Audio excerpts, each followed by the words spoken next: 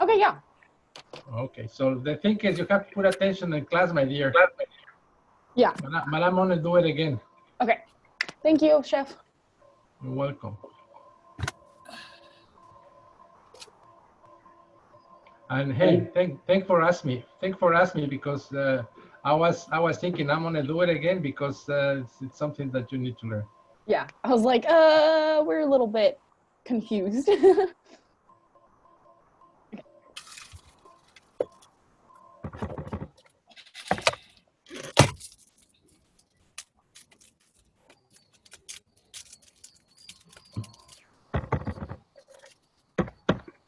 Hi, Lauren. How are you today? You good? Hey, how's your walking, Lauren? How's the walking? Are you getting better every day? Tomorrow I have my prosthesis, my last appointment. Well, my second to last, but I get to bring my leg home tomorrow. Oh, no way. Congrats. So That's excited. awesome. Yes. That's awesome. I'm so happy for you. Right on.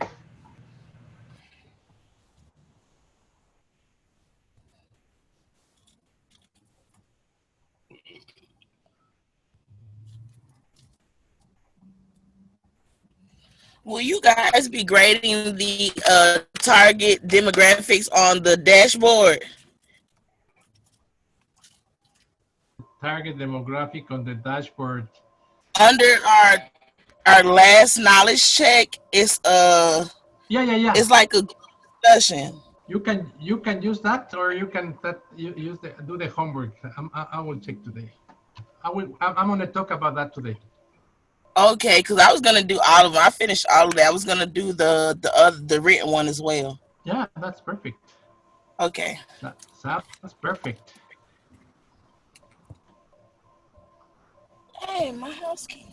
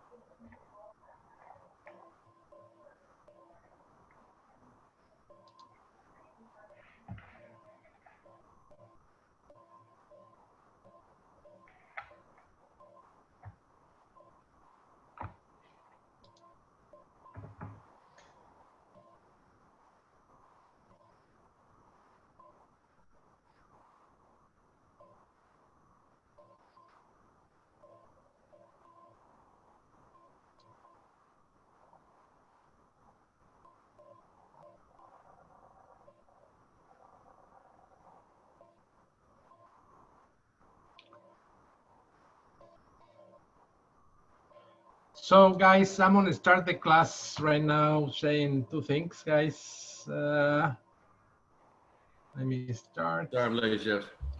No worries. We just started. So hi everyone. I hope everyone is good. Everybody is happy, and we are very appreciative that we have that big attendance that we feel so proud about that. Let me tell you, I've been working so hard to put these classes and try to make you understand all these concepts and what we have to do and all that. Guys, two things. Today, guys, if you get to this is the portal that you have. In some point, you have a little thing here that says, where are you? Let me show you. It says half of the course survey. Where is it? Here it is. There you are. Mid-course survey.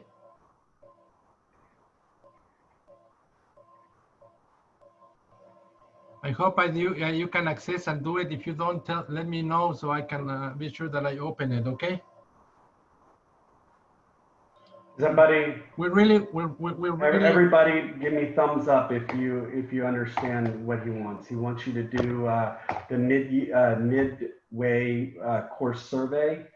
So you click on that the survey And You can do it at the end of the class, and we want to hear your feedback about that.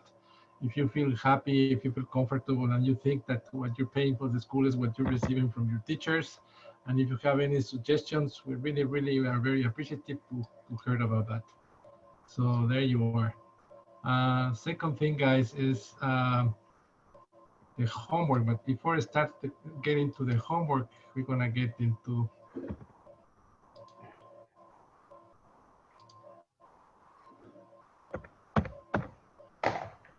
Chef, I'm going to mute myself. I've got the hiccups, so I'm going to just mute myself for a few problem, minutes. Jeff.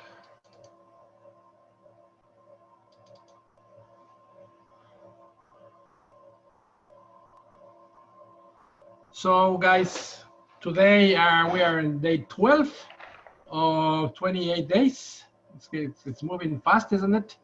And we're gonna talk about menus. We're gonna talk about menus today, and it's gonna be, and you're gonna learn a lot about menus, because it's not just to put, figure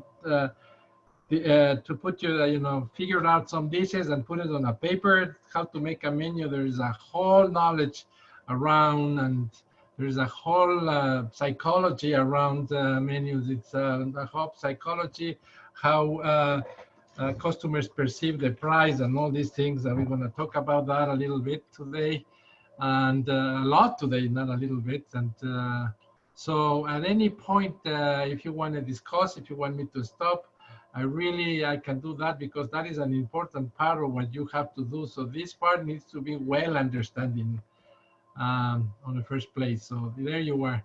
And yesterday we were talking about the target market and segmentation, and because of, you have to do a homework about that. And this is basically what you have to do, guys. You have to define your target market. So you're gonna explain and says, this is my client target market. It's a person that is in this range of age, that, this is the social status of this person, and you have to describe your customer. It makes sense? That is your target market. And you have to describe the demographic, that these persons live on that area, and you have to make a demographic over there, isn't it? And you have to say why you choose that target. And that has to be completely attached to your project. These are the client of my project, and you have to say what's the demographic and what's the behavior, isn't it? So it's like that person is like this, like that, and you have to put the wide and demographic, wide in which part of the town, which city, or wherever it is going to be located, isn't it? And you're going to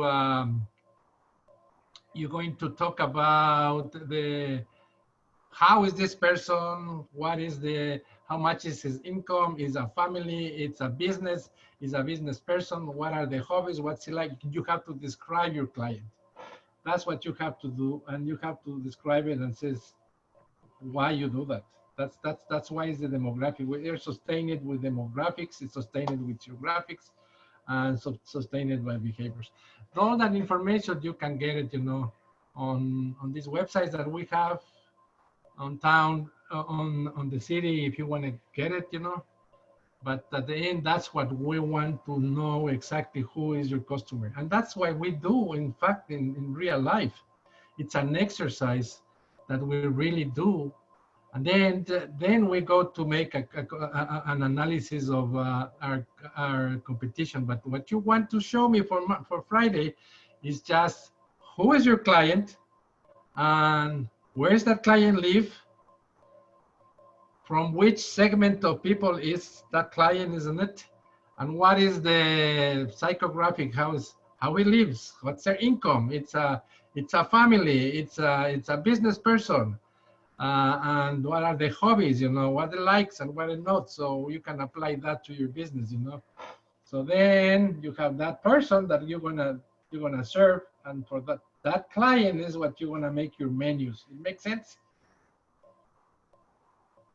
That's how we use our target markets. That's the only way we use a target market because we don't open a restaurant and says, well, now I'm waiting for the customers to come. And as I told you before, there's 700,000 people in Austin, somebody will come. That's not going to happen. You really, really have to target completely your business to a specific group of people. That's the only way that the business works. If you don't do that, it's a recipe for disaster. And that's why, so many restaurants, they fail the first year of operation. Any questions about this? Do I answer your question, Ashley?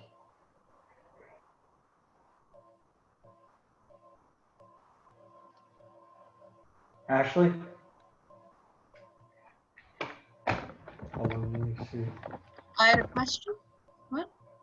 Oh, about the homework for Friday. Do I answer your question? I don't think I you asked. did- No, Oh. it wasn't me. Hey, who was it that asked a question about the homework? Me. Okay. Haley, do I answer your question, Haley? Yes. Thank you, Chef. Okay. So, yeah, so we talked about that yesterday, isn't it? And we also talk about if you want to put a place, you have to go and see what's your competition are doing, isn't it? You go and get into the place and check what are they doing, what type of clients they are using, what is their offer of services that they do, and what's the range of prices that they put in over there, because that's very, very important when you have to compete with somebody in the same market. When you have that kind of environment where there's a lot of competition, you have to be sure that there is enough market for the business that it's before you and yourself. Otherwise, as I told you, you're going to have the same group of people now divided by two businesses. So, and that can be very bad, isn't it? So yes. you have to consider, all that things when you do that. And then at the end, we talk about the type of menus, and we there's not only one menu, there is a la carte menu or do your menu and cycle menu. And let's see, Ashley, are you there? Ashley? Yes, I'm here. Sorry. Okay. I was messaging my mother. It's her birthday. What will be a du jour menu? What menu? Du jour? Du jour. Took notes on it. 1 second. And I can't find them. Great. Sorry, I don't remember. I don't have my notes. I'm sorry. So Maya, what will be a static menu? Can you repeat that? What will be a static menu? And a static menu. Well, from reading it, my understanding that I got, an static menu, I guess, is a menu that has too much going on it. It's too many different types of things going on. Because I know one of the example menus, they had, if I could remember, they had everything anybody could think of. They had surf and turf. They had Italian food. They had fish. They had ribs. They had all these different types of things. And ecstatic to me means a lot. What do you think, Joshua? Is correct or incorrect?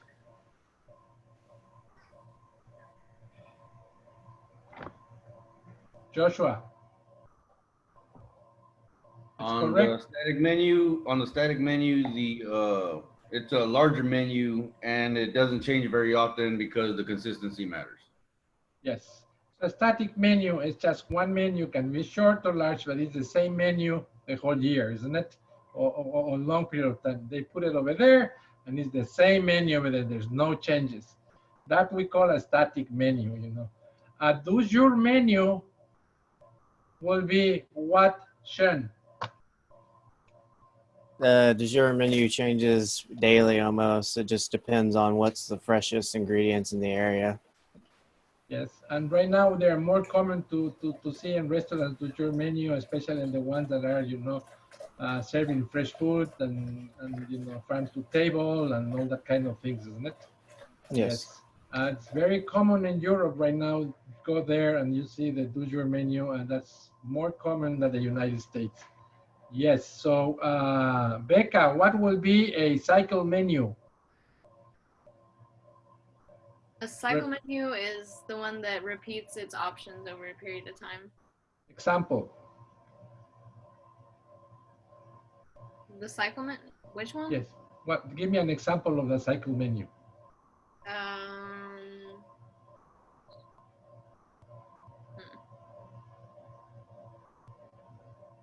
I can't think of a. Mina. Like school lunches or like hospitals. They have. Yes, exactly. They do that, isn't it? So they do it for like 2 weeks periods, isn't it? And every 2 week period is a whole cycle, isn't it? Yes. And what will be fixed menu, Keaton?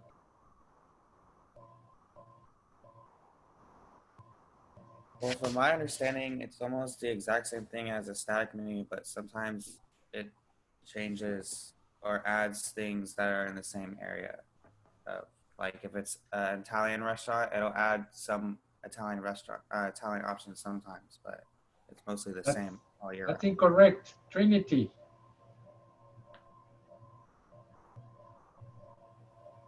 It doesn't change. It's it's a menu that doesn't change. It's like, is that right? I don't know. No. No? Okay. Bella.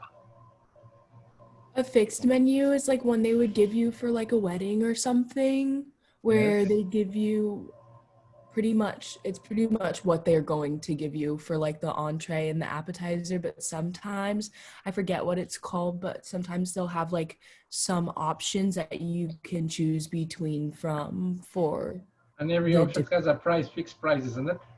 yeah. So Like a total a price fixed for all- menu is a fixed price for a menu. So it's very common to find fixed menus.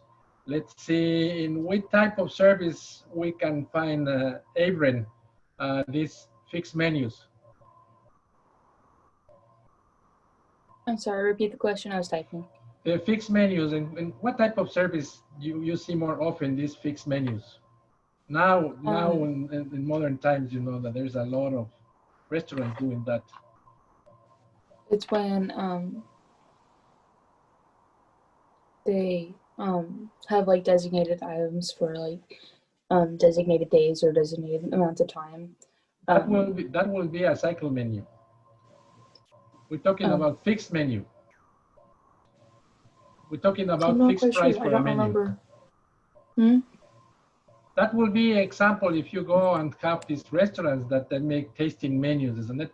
You pay one price and you have a whole group of dishes that are gonna come, you sit on the table and they serve you fixed menus, you know.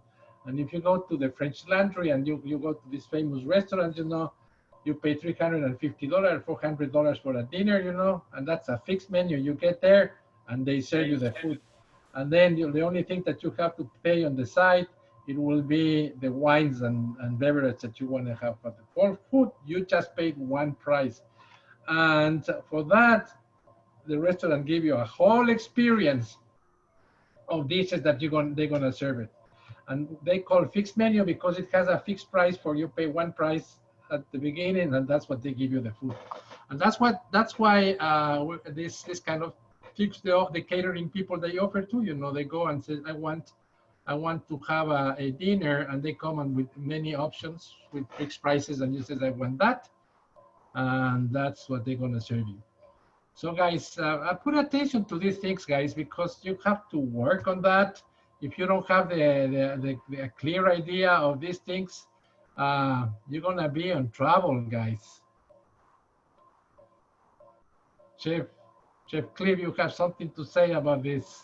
Yeah, you know, my recommendation is, you know, I know that you're in class and you're watching it, but I would say maybe go back and just watch or skim through the videos so you can watch and it will remind you. And, you know, anytime we say, hey, this is important, or hey, you know, you should write this down and make sure, and I'll make sure that I will say, hey, this is important. Make sure you write it down, but please kind of be you know, be aware of, you know, there is going to be a, I think, you know, a final exam. So, you know, you're going to need to really watch it and kind of pay attention. Okay. All right. So guys, saying that, I'm gonna start with a video today about exactly this, how to paint.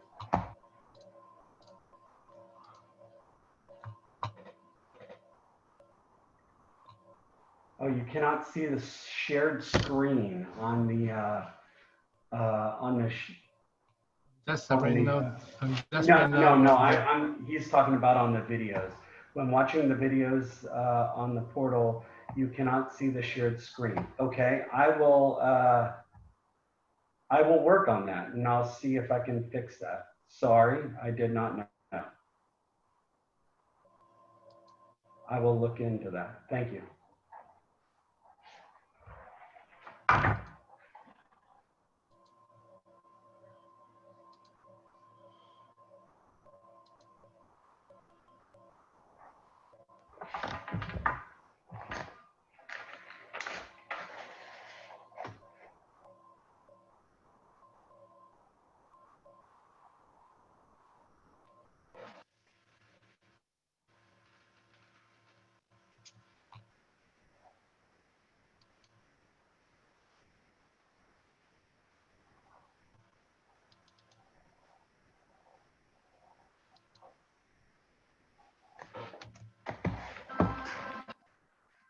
Restaurant's menu is a very powerful brand statement.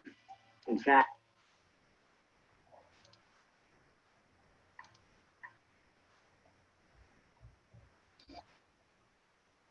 can you see it in the screen, guys? Yes. Okay.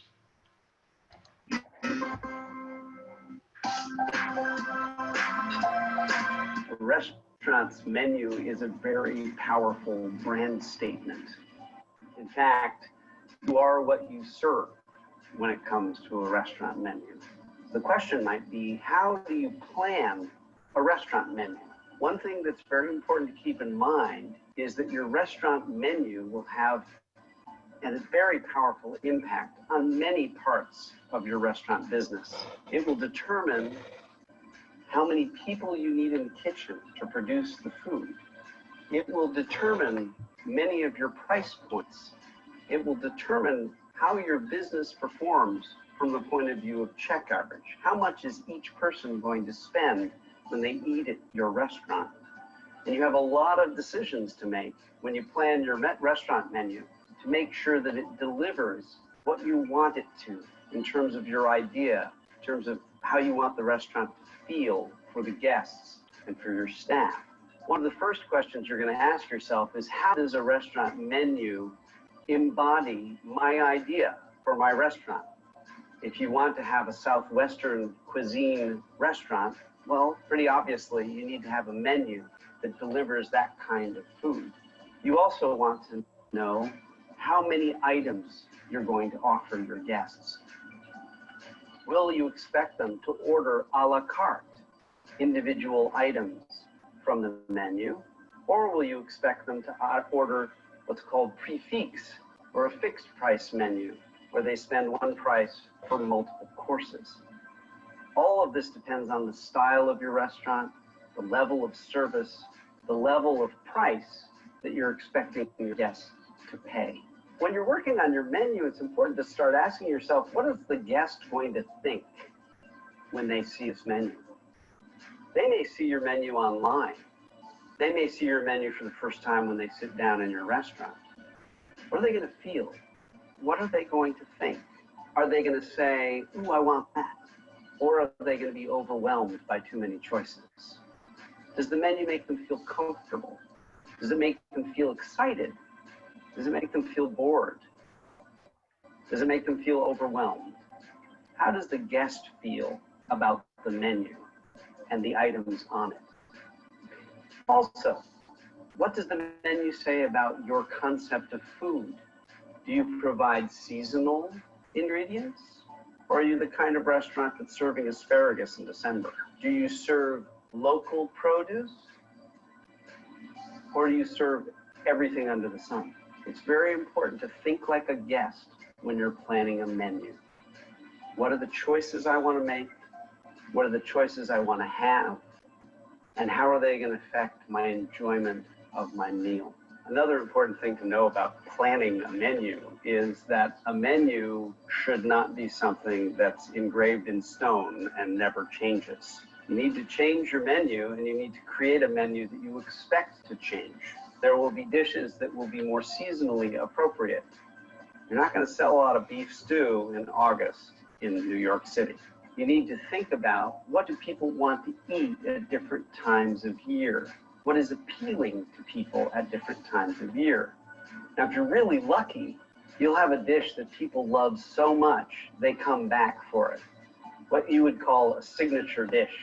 A dish that people say, oh, I've got to go to that restaurant because I have to have that. Well, people become very attached to those dishes. So there's an interesting balance to find. You have to add new things to keep the excitement for your regular guests. You have to hold on to those signature dishes that people keep coming back for again and again. Change your menus seasonally. Think about signature items that people will associate with your business and keep it fresh. Add new things to keep people interested in your menu.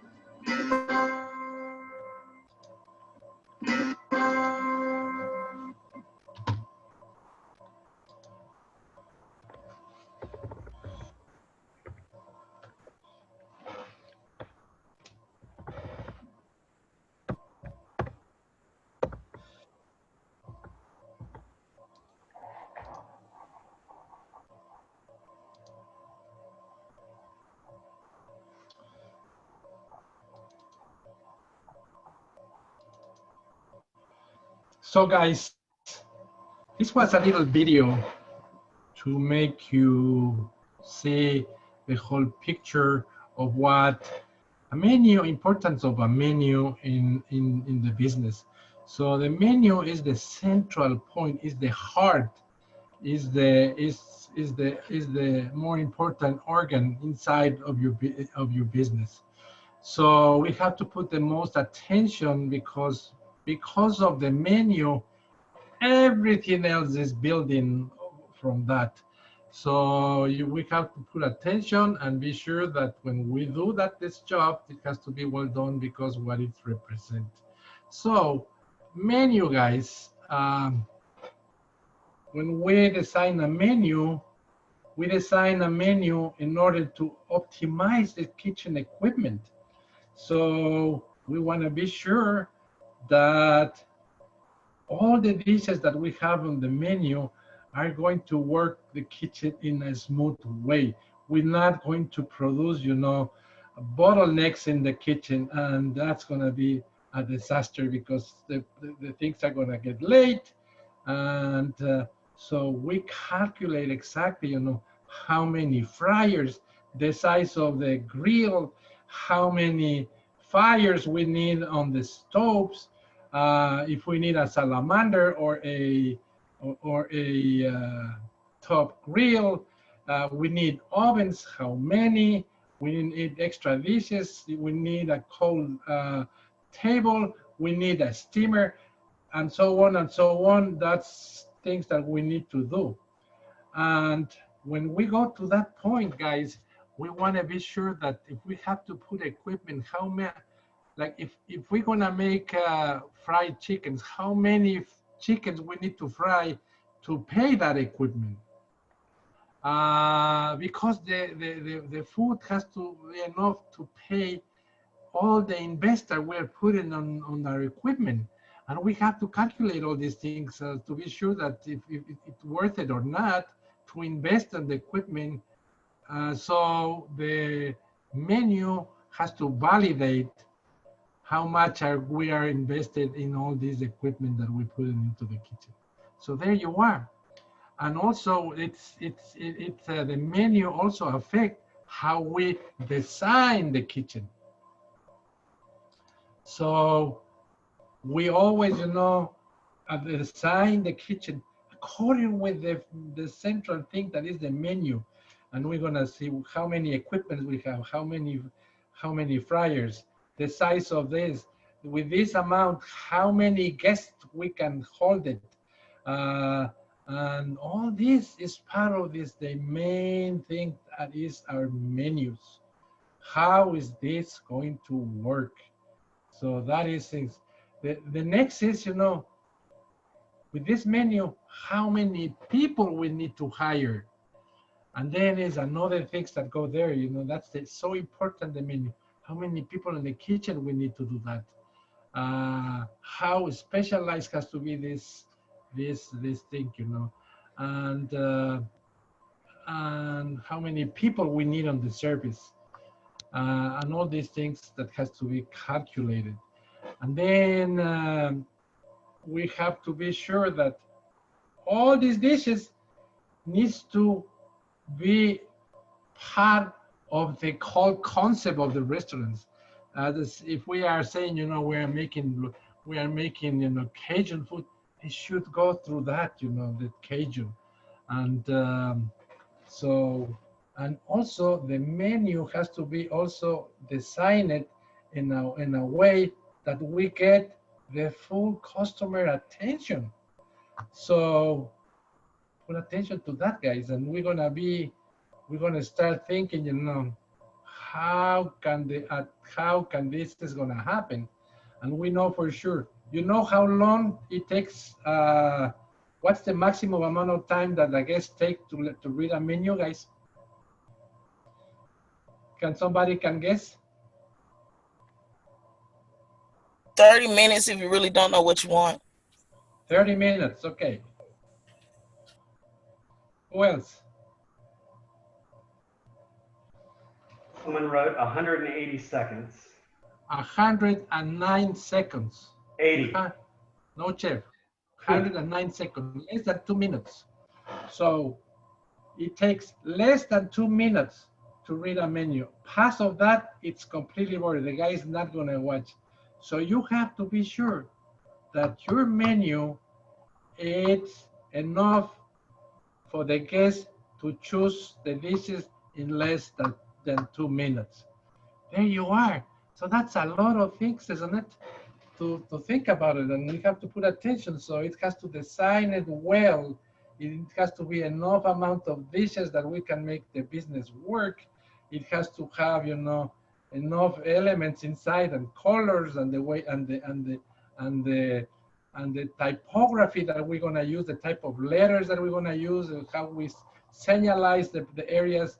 And also there's a lot of technology and science and how people read, because we humans, we scan the menus in a way that is different. We don't read menus like we read books.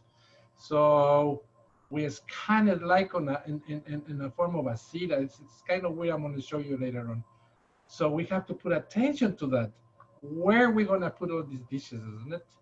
And also, the menu has to be able to increase our profitability. So let me show you something that I consider is interesting. Let's see, guys. Did you hear me, guys? Yes. Okay, guys, can you put yourself in the yes? Can you on your camera so I can see that you're here?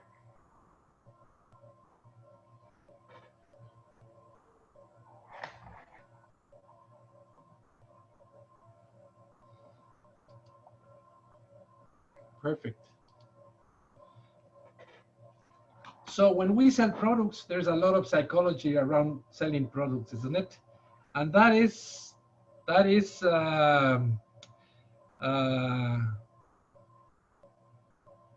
how there's two things that I will put it in the way. Perception, how the guests perceive the items that we're selling, and manipulation. We have perception and manipulation. Perception on one side, manipulation on the other side. So we want to manipulate the guests in order that they perceive the value. It's kind of weird, isn't it? So let's put an example. You're going to, let's see, you're going to J.C. Penney, and you get there and you want to buy a suit. You need a jacket. So you get there and they have this jacket showing over there. It's a beautiful jacket. And you say, oh, this is a beautiful jacket. And you go and you check the price tag, and it says this jacket costs $600. And you get, oh my God, $600 for a jacket. I don't know if I can pay $600 for a jacket, isn't it? So the guy comes and says, you know, hey, you like this jacket? And he says, I love this jacket. But it's too high the price. And the guy says, yes, but we have this beautiful range of jackets here that right now are half price. They cost half price, $250. Immediately you see the bargain and say, man, they are in sale. They sell me for $250. That's a bargain. So for you automatically change and says, oh my God, this is something that I need to buy it, because from $600 to $250. And then what they want to do is they want to sell these jackets at $250. That's what the real thing that they want to do it. But they want you to perceive that $250 is a great price for that kind of jackets. You see, and you are completely beautiful and manipulated in that beautiful way that make you think that you are making a great deal on the way that you buy things. And that's completely true. And that's the way that the industry works on any kind of sales. You can do on you know, things that you dress and things, but we do also in food. So we put a price of something on the menu that has a high price. They see a lobster and we put it over there and see we have this lobster to cost, you know, $60. And down of the lobsters, we put a price, but we have this pasta that costs only $35. So from the lobster to the pasta, you said, you know, man, that pasta looks interesting, you know, it costs much less. So you go and get the pasta, but pasta is very inexpensive, isn't it? So, but it's the way that we make the customer perceive our value in the things that we do. So another thing that we do is, you know, we do a lot of beautiful presentations to make and show the dish and says, you know, this it's a lot of work and that's, but if you see the cost of the dishes is very low, but the value of the dish is very high because we sell something that is very valuable. And that's the key of a restaurant if we want to make money. So all these things are designed to increase profitability in ourselves. And also we want to increase customer satisfaction. We want to be sure that our customer is happy, that our customer really finish with this beautiful experience without feeling that he is manipulated by ourselves. But in fact, yes, it's a big tool of manipulation when we do it over there, and still doing it. And if you do it in a great way, I think that what is going to happen is, you know, the people is happy, they're going to increase satisfaction, and they're going to perceive the value of the place, you know. And we put these beautiful venues over there that put, you know, a beautiful perception of what we want to sell.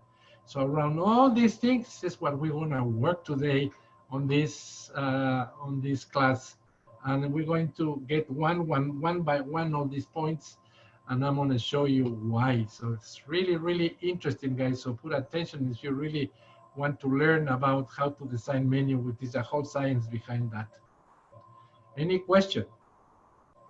Interesting, isn't it?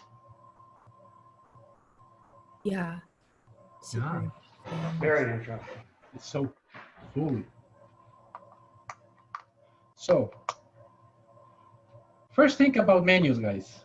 First thing, menu should be designed exclusively for your target market. Make sense? So, it's not about what the owner wants. It's not about what the chef wants. It's not about the dish you love and the trip that you did. It's not about the fantastic dish that you see, you know, Chef Bobby's plate doing it, you know. It's not about you go and diner, driver and drives and you saw this beautiful dish that this person is doing. You want to put that in your restaurant. It's not about that. It's not about your wife asks you to do. It's not about what your mother wants you to do. It's not about what your mother-in-law is asking, please, to put it in the menu. It's what your target market wanted. So that's the first thing. It's all about your potential customers, the desire of your potential customers. So the menus are the result of a conscious and professional target analysis. And that's why I make you do this homework, because on base of the homework that we are making, that's how we're going to start designing our menu for the next weeks. It makes sense, guys? Great. So put attention to that. That is a big mistake. That's a no-no, but that is a common mistake. Thank you, Larry. It's a common mistake that people are doing. You're not getting to the business that you are passionate because I know so well to make this dish, you know. My mother teach me to do this dish, and I know I can put it in the restaurant, and I know that my customers will like. Maybe, maybe not. You have to be sure that it's completely designed for your target that you're gonna work with. So, who is your ideal target client, guys? There you are. Is the result of your demographics, psychographics, all these things that we do in the know to understand. And then you should be able to describe perfectly well that person, you know. What is the age range? This is the product that I'm gonna. The gender, the marital status, the social status, like if it's a working class, is executive, is professional, what type is, the economic status, what's the range of salary, how much can they spend. You have to describe he or her behavior. It's a hippie, it's a yuppie, it's an eccentric, what type of personality that person has. And you have to describe he or her hobbies. It's a person, you know, that like do a lot of exercise. It's a person that loves art. It's that kind of information. Chef. And you need to know how many times that person is going out for eating, you know. Yes. Did someone say something? Yeah. What would be like a good, how long should the age range be? Like 10 years, 20 years? Like, how do you decide your age range? How I decide it? You don't decide the age range. The target market is going to tell you what's the age range that the person is going to have. It makes sense? Let me tell you. Like, let's see, you want to do it on downtown. Who is the people who live in downtown? And you are going to see, you know, there's a lot of, you know, first you have office people, isn't it, that go in there just for the day and get out because there's a lot of office in downtown. Yes or not? Yeah, it's like 20 to 40-year-olds. Yes. And so what will be the age of people normally that are working on over there on the buildings, you know? That's many over there, isn't it? You see normally people between 20 and 50 years old there moving out. They have their own transportation, isn't it? Because they have to work over there. They normally get out and eat something outside, isn't it, for lunch. They take very little time. So you go to Whole Food, all these places all around downtown, and you see people coming out and get a sandwich and a salad, something very easy, get out to the places that has that kind of accessibility for them to have something to eat at lunch. And there's a lot of people, a lot of places over there in downtown that are offering these new options, you know. There's one in Second and Guadalupe that I saw behind this building, which is like it's like a kind of a shopping center. You get down the stairs and you have all these places that you can choose the food that you want, and you have a big. It's like a food patio where you have all these different options that you can get. So you can get down, have some lunch, and in half an hour you're out. So that's a great way to do it. But there's people living over there. So there's a lot of buildings where people are living over there. So what kind of people are living in downtown, guys, in general? Young people. How much you pay for a building over there, for an apartment in downtown? But like college kids. No college kids. Downtown Austin is about pretty expensive. I looked over there downtown. Those like $1,300 a month, and that's like no bills paid. That's just straight rent. Yes, so we have a teacher that used to live over there. She paid $900 on a flat rate and was one of the apartments that the cheapest apartment in downtown. Well, old people $900 a might month. live there, but young people are the most like prominent downtown. Like that's where they spend their time. At night, Yeah. not during the day. Really? So, really. That's not true. So if you go to downtown during the day, you mostly see people from the office working over there. And so if you go downtown at night, there's people, all the students that from the universities, you know, partying over there, which is fine, but they don't live on that area. So they normally access on cars and buses and taxis, on scooters and all kind of there, you know.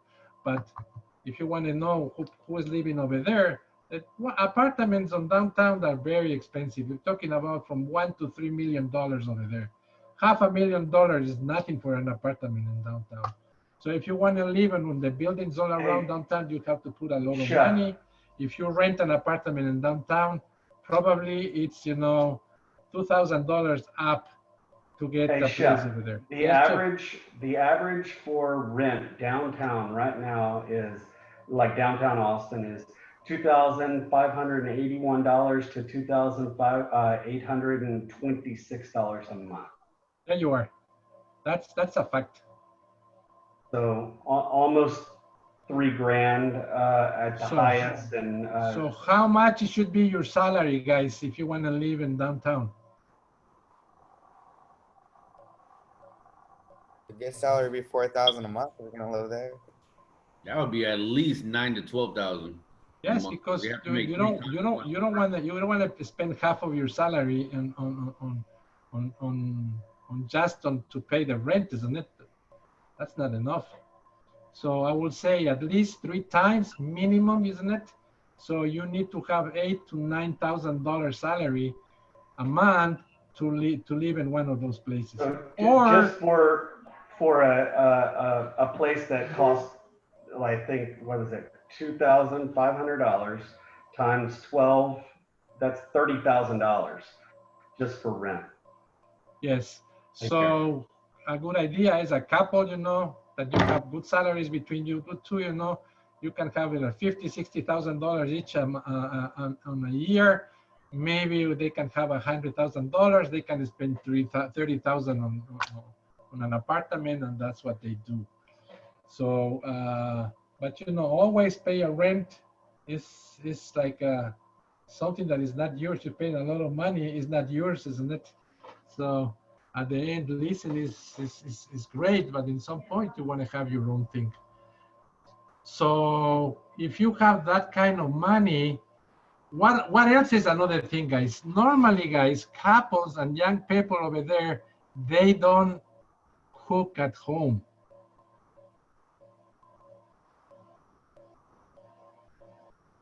So they eat a lot outside. Yeah, so they don't have too much of cooking skills.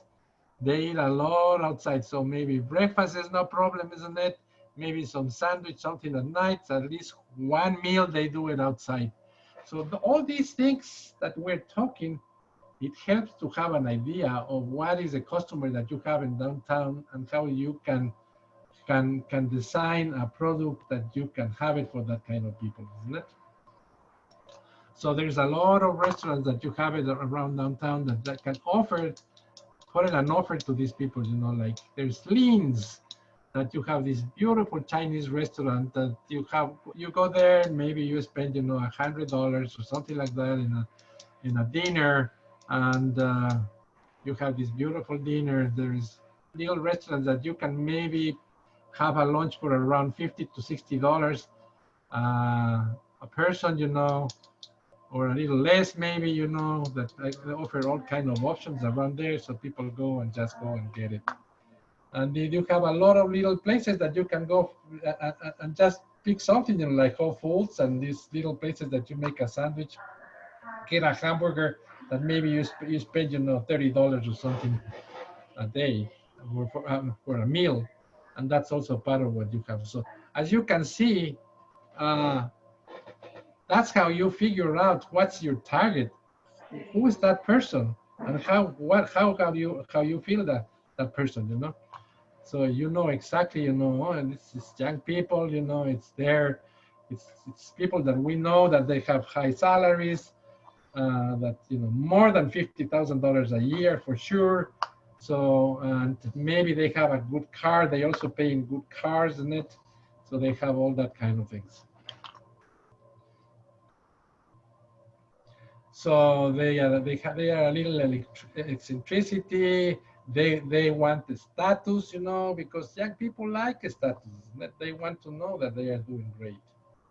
So all that kind of thing is part of that target client that you want for the restaurant. So did I answer your question, Kaden? Yes, sir, you did. Thank you. Thank you. So let's see if I go in there. Okay, we're gonna talk again about this in more detail.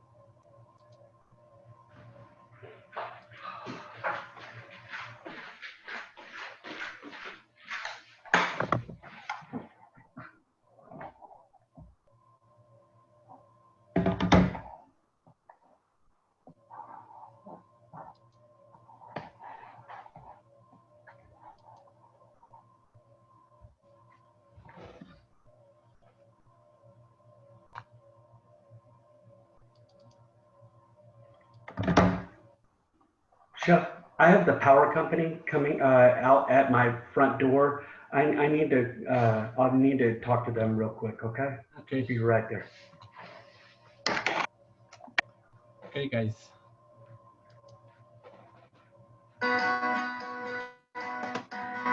Restaurants can be a la carte. That simply means that all of the different menu items can be purchased individually, and they each have their own individual price. It's also true that restaurants can be prix fixe. They can have a set menu, perhaps with some choices within that menu, and it prescribes how many courses you're going to have and what you're going to pay for the overall food experience. A la carte dining gives the guest the most choice. They can choose how much or how little they're going to eat. They could order a few appetizers, or they could order an appetizer, an entree, and a dessert, or they could order nothing but dessert. There's no prescription on how they're going to use the restaurant. They also can decide how much money they're going to spend during their dinner or their meal. In a prix-fixe restaurant or a restaurant with fixed price, there's a set menu. Maybe it's 4 courses, or maybe it's a tasting menu with many courses. And that menu comes at a specific price. A tasting menu or the multi-course menu with prix-fixe is at the restaurant's decision. The restaurant decides how many courses a guest will have and how much they will pay for all of those courses combined. Serving a multi-course menu to a guest or a tasting menu requires some careful thought and consideration. You want to have a progress of dishes that makes sense and is enjoyable for the guest. Much like a story, you don't want all the exciting part to be in the beginning, so that people end up being bored with the menu as it continues. It's important to build on the menu in a way that is refreshing and enjoyable and creates some anticipation for what's coming next. Often, multi-course menus will have multiple courses before a main protein item, like an entree, that is considered the climax of the savory part of the meal. Sometimes tasting menus have multiple dessert courses that may end with petit fours or chocolates. When serving a multi-course or tasting menu, timing is critical. If the food comes too fast, the guests are not going to enjoy it. And if it takes too long, they're going to wonder what's going on and they're going to get impatient. That connection of timing and enjoyment is critical for a multi-course menu. In a restaurant, it is required that the kitchen and the dining room have wonderful communication about the pace at which a guest is enjoying their meal. Some people will eat fast and some people will eat more slowly. It's very important that a table be treated as a whole. Everyone should be cleared from each course together, and the restaurant should be able to provide a sort of wave-like progress where the table is prepared with all of the correct serviceware, the beverages are poured, and then the food is delivered. Everyone enjoys their food, and then the dishes are cleared, the serviceware is replaced, the table is crumbed, the beverages are poured, and the next course arrives. Now, the only way that can happen in a beautiful and consistent and appropriate manner is if the dining room is letting the kitchen know how quickly people are eating. And when he perceives that they might need a breather, when they might need a break before they continue with their next course. The kitchen needs to be able to respond to the changing tempo of all of the different dining room tables and how they are dining either quickly or more slowly. This is the dance of the restaurant business in multi-course menus and tasting menus, making sure that the kitchen, dining room, and the guests are all performing the dance in the right way, in the right tempo, for the guest's ultimate enjoyment.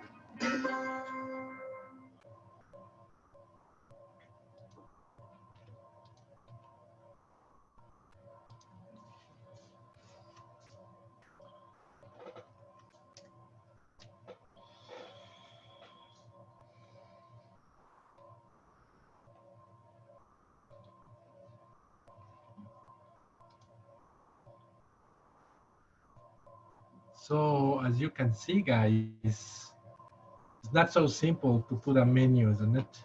There's a lot of considerations when we have to decide what we're gonna sell for that specific group of people. So it's continuing. So there's a lot of mistakes that the owners, the chefs are doing when they design menu. So one idea is that the most amount of options that I offered, the most chance do I have to increase my sales. In other words, the more amount of dishes that I put in on my menu, increase my possibilities to sell dishes. That's one of the misconceptions, and that's a terrible mistake, because too much dishes on the menu and too much option to offer overwhelm the guest, isn't it? Like, yes, And the opposite also. When there's too littles, we don't like too little options. We want more options. When we have too little options, also we feel that that's not correct. That give me just little chance to sell, and they put me in that situation that it is between just two things. And so we need to have an idea of how, and there's a lot of research to do that. I want to check on that. And a little later, you know, there's a lot of universities to make a lot of researches on how much is too much and how many dishes we can offer on a menu. But you know, this idea of too much information, it makes you blind. It makes you confused. And when you get confused, you get stressed. And when you get stressed, you just don't want to do nothing. You want the servers to come and says, okay, tell me what you have, suggest me something, because you're completely overwhelmed of that design that is completely wrong, put it over there. So too many options are not a good idea, isn't it? Yeah, has anybody ever been to Cheesecake Factory?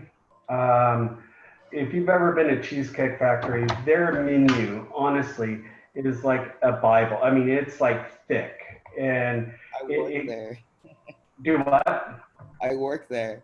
Yeah, well, you know, I mean, it's too much, right? It's too much, and it overwhelms people, and that right there is just too big. I know too many people that that it just gives them anxiety just to go there because of having to look at such a big menu and having to choose from such a large menu. That's completely correct, Chef. And let me tell you this: there's many restaurants in town that you open and they give you this menu that has 6-7 pages. You know, like, you know, TGI Friday used to do that, and many restaurants you go and you have pages and pages and pages to choose from food, and then that caused a lot of confusion.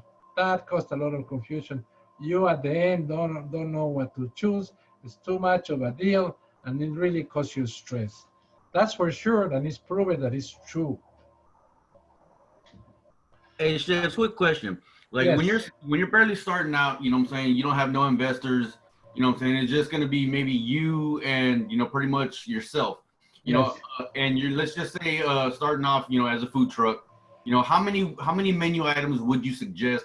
No, I mean, knowing it's a small space, knowing you can't really, you know, have that many things, so you can specialize in one thing, so you can, you know, you can have a specialty item, then you can, you know, they can always want to come back. But what's too many for a food truck that you wouldn't be able to handle it? I would say start with four items. Start with 4 items. Okay. 4 to 6 items, no more. All right.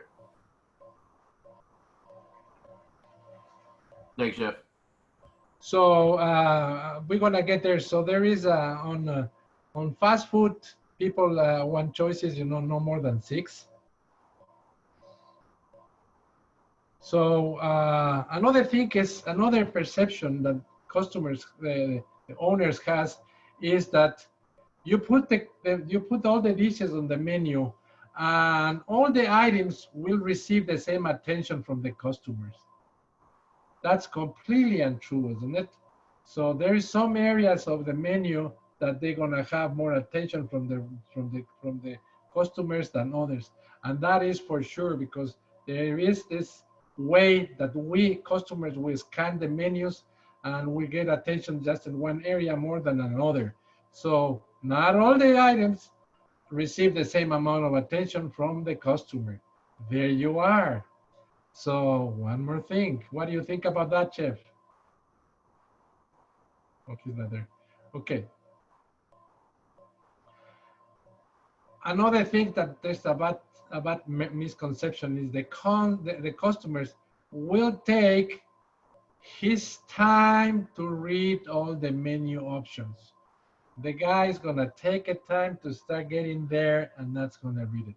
That's completely incorrect, because normally a person takes like less than 2 minutes on the menu.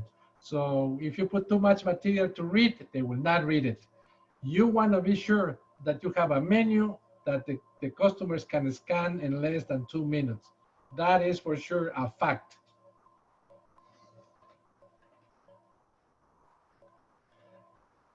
Another misconception. We Chef, know. are you sharing your screen? Yes, sir. Oh, we can't see it. You can see the screen? Okay. No, sir. Thank you. Now you see it? Yes, chef. Okay, thank you, Timothy. So yeah, another misconception, guys, is that the customers know the value price, know the cost of the price of something. So the idea that the customers know how much it costs this is another big misconception. That's not true. The value is something that we induce. We make the guest perceive the value of the dishes that we serve on the restaurant. He don't know the value of our dishes. So that's a misconception that the people go and want to start thinking, you know, about the prices. That's not going to happen.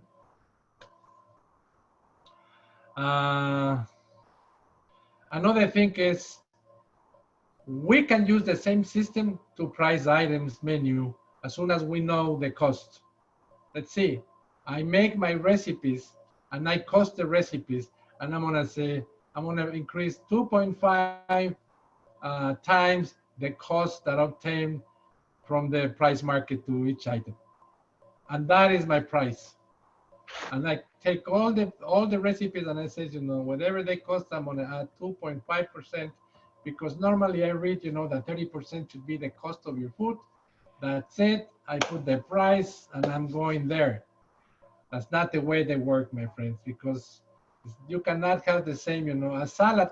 How much can it cost a salad, guys, for a restaurant? Maybe I would say less than $1, or maybe less than $2, isn't it? And we can sell that salad in $6 or $7. And how much can we say, can we get for a piece of, let's see, a tenderloin? Just a piece maybe cost $15 to us, $10 to $15. We cannot put it at $60 the piece of meat, because they will not pay us, isn't it? Yeah, that's too much. So, but you know, we can increase the amount on the salads, but we cannot have, so the whole menu in total, how we move, it will represent 30%, but not because every dish that we put it on the menu, we just add 2.5 times the price of the cost. That's not the way that it works. So that's a big misconception on people who do that.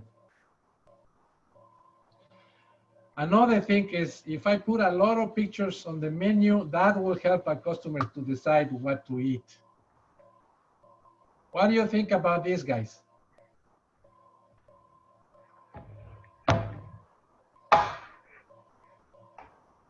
I think it adds too many options to it, really. Yeah, like pictures on a If I have few key pictures, it items will would help be. the menu to decide for people? No, I don't think so. No? Yes, it will, but at the same time, it take away from your other like options on your menu, because people just look at the ones with the pictures and not the whole menu as a whole. I thought people eat with their eyes first, chef. So let me tell you this. It's proved that you put a lot of pictures on the menu, the perception of the customer is that the menu is very cheap. It lowers the value of your food. So if we want to put some pictures, we want to be sure that the pictures that we put on the menu, they are high quality pictures, and remark maybe few elements that we want to remark. But too many pictures, not a good idea. Just few, maybe good idea. So, and we have to be sure that the pictures really represent the concept that we have on the menu. So, not too many pictures. That's not going to help the customers. That's a bad thought. And I'm going to jump in, and some of the pictures, you want to make sure that they look exactly the same, or at least the stuff that's going out. If you have a picture on your menu and then and I'm ordering it just because of the way the picture looked, and then it comes out to me looking completely opposite, not the same, missing certain things and all of that, that's going to turn the customer off. So you need to make sure, if you have a picture, it's whatever comes out of that kitchen needs to look exactly like that picture that's coming out, that's on that menu. Does that make sense? It cannot look any different. It can't have stuff, you can't substitute anything for it. You know, it needs to all look the same. Yep, that's absolutely true, Chef. So another thing, you know, if I go in the menu and mark every dish with the price mark, you know, and maybe put some dots over there to take it from the dish to the price, that will help the guest to decide exactly what it is. Not a good idea too, because if we put the price very well marked, the customers, the first thing that is going to go is straight from the price to the items, and they're going to choose the things that cost less. So that's a very bad idea. People don't like to do that, so we're trying to hide the price in a way that it doesn't target that idea of looking the price first before we look the dishes. It makes sense? So normally today we don't put the sign of dollars on the dishes, you know, and we don't mark with too many zeros. So maybe we put it just one digit and that's it. And that's how we do them. And we put it just on the side, not in the well market. Never, you know, dots on to put it to the dish. So there you are. Another thing that sometimes it's, I'm gonna put these amazing names to the dishes, you know, that I'm invented, and that's gonna be my signature dishes, you know, and I'm gonna put these names over there, you know, and I'm gonna put it to this the atomic bomb, and I'm gonna put over this, you know, the jellyfish delight and things like that, and then instead of helping, it's gonna cause confusion, you know, into the guests, and it's like, the hell, you know. The guests want to have the right information and very fast. They don't want to create that kind of thing. Sometimes we create some expectation on the guests to make it read the rest. Yes, we do that. But remember, we have 2 minutes. The guest has 2 minutes to go to the true things. So it's better to always well explain it. So sometimes put names and things that they are not helping the guests to understand what the dish is, create a confusion and a stress into the guests. What do you think, Jeff? I completely agree with you on that. It stresses out the guest. So another thing, you guys, I'm gonna start putting this dish, and I'm gonna say, you know, this meat is cooked to perfection. And I saw that words in many dishes, you know, and I go to downtown and says, you know, you're gonna get this meat that is cooked to perfection. Man, that adjective that you put it over there, cooked to perfection, is gonna be such a bad idea, because my idea of perfection is not the same idea of you of perfection and the other people of perfection. And they really want perfection if you say that it's cooked to perfection. And then what's happened if it does not come to the perception of the guest, the dish, you lost completely your credibility on your menu. And if you lost your credibility, what's going to happen with the guest? They say you're a liar. I'm not going to come back, because what you offer is not what you serve. So we have to be very careful with the use of the language that we put it on the restaurant, and we don't put ourselves in the menu and say, you know, this is the most fantastic. This is cooked to perfection, and that kind of things that we put it over there, because we just let the customer do that. We don't put adjectives on ourselves, you know. Like, you know, an intelligent person, they don't say, you know, hey, look at me, I'm very intelligent, you know. a genius, you know, you don't go and says, hey, I'm a genius. That's not going to happen, you know. And that's happened to me when I have to interview a person and says, what do you know? And the person says, Chef, I know everything. I know that person knows nothing. For sure, isn't it? So it's the same perception that you have when you're trying to put something like that into a dish. Don't you think, Chef? Yeah, yes, I totally agree with you on that, Chef. Yes. So that's a mistake. So what's the ideal menu, guys? What's the ideal menu? What's a well-designed menu? So a well-designed menu, you know, it helps people to feel a sense of comfort, trust in the standards of the restaurants. On the other hand, you know, it's kind of unorganized, but people are going to judge for the menu, the quality of the food that you're going to serve. So the way that you design the menu, it will reflect a little bit on the ambience of everything that you are trying to sell it, isn't it? A well-designed menu also justify the prices that you put it over there, so that people get and the perception that they have, okay, the price is okay for what I have over here. You know what I mean? You don't want to get to a position that you serve on a menu and says, what is this? This is a crap thing, you know, and they put it this kind of prices that don't get the prices, don't get with what you offer on the rest.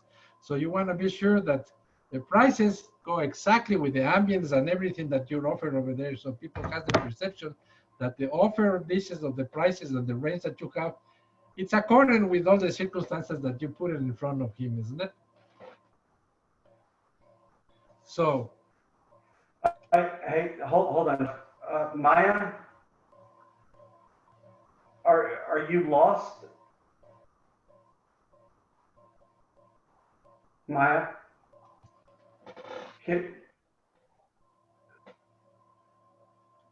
All right, go ahead, Chef. I'll deal with that.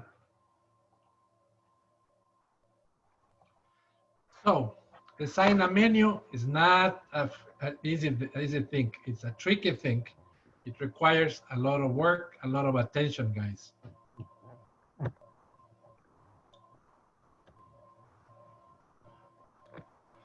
For sure, we know that design a menu is a way, is a method to pack your product, isn't it? That's the way that we pack in all what we offered. So the whole effort, the whole invest that we put in the kitchen, the whole thing, the whole invest that we put in furniture and everything, it should be reflected into the menu, don't you think, Chef? That is the heart, the centerpiece of the business. For sure. Is the way that we pack our product. So the use of the colors, the use of the logos, the use of the use of the language that we express the things inside, the way that we put the price range, everything is all what we call packaging. It's a whole package, isn't it? Like, you know, the menu design also reflect the style and type of restaurant you have, isn't it? Like you see here, if you go to the left side, it's a seafood menu. You know that is a seafood menu, isn't it? It reflects what it is. This kind of so I know that is a seafood menu, and it's kind of an informal. I know exactly, isn't it? Just by seeing the menu, you know. And on the right side, I saw this Italian menu. It's more sophisticated, isn't it? It's a little more sophisticated. I know Italian because I have the Italian flag over there, but isn't it making a way that looks so beautiful? So more, maybe it's a little more expensive, isn't it? And then there we have this, which is a Mexican menu. And this is the type of menu that maybe you will have it on a food truck, isn't it, Chef? Yes, totally. This is I would consider a food truck. Yes, so you have this little, you don't have this short amount of offer over there, but put it in a way that looks so beautiful. There you are. And they have little things here and there, but it reflects what you're offering. So you have to be sure that whatever you have, the way that you do the menu, it reflects exactly what your business is. You know, it can be a pizza place, isn't it? So in pizza place also you have different ranges, isn't it? But if you have a pizza place, you don't have too much to offer. You can make, you know, pizzas and maybe a little extra products, maybe a little extra pastas or salads and things like that, and maybe a cookie or brownie or something like that. That's the way that the pizza places are organized in America, isn't it? And if you Yes. have more the Italian way, maybe they have a little more like gelatos and something kind of Italian over there, and not too much to offer. So the offer is, it's about pizzas maybe, you know, and a little extra things. So good thing about this is pizza places don't need a huge inversions of equipment, isn't it? They just need good ovens and a prep kitchen a little on the back, so they can prepare all the doughs and everything. You don't need too much to do it because you can put a lot in the oven. You can do lasagnas and you can do a little pastas and things just by using the oven. So there you are. And maybe several the salads on the side. So now a lot of breweries in Austin are using this system, isn't it? They have beer and pizza. Good combination. What do you think, guys? What do y'all think? I mean, a lot of people like beer, so. Yeah, and more people are. We're still in the United States of America more beer drinkers than wine drinkers. Exactly. And then beer is like too heavy as well, but everyone just prefers it over wine. Yes, even that wine is growing right now, but still beer is still on the top of the list people like. So and now breweries are like popping all over Austin, isn't it? To have these beautiful beers that you can get, you know, good price range. Maybe it's a family dining, isn't it? We have examples here, you know, like this is like a more like type of like a menu from a regular family dining, maybe a chain or something like that, you know. There's many of those. Or, you know, small ones with kid corners, you know, goat tacos. This is something that very common in here, you know.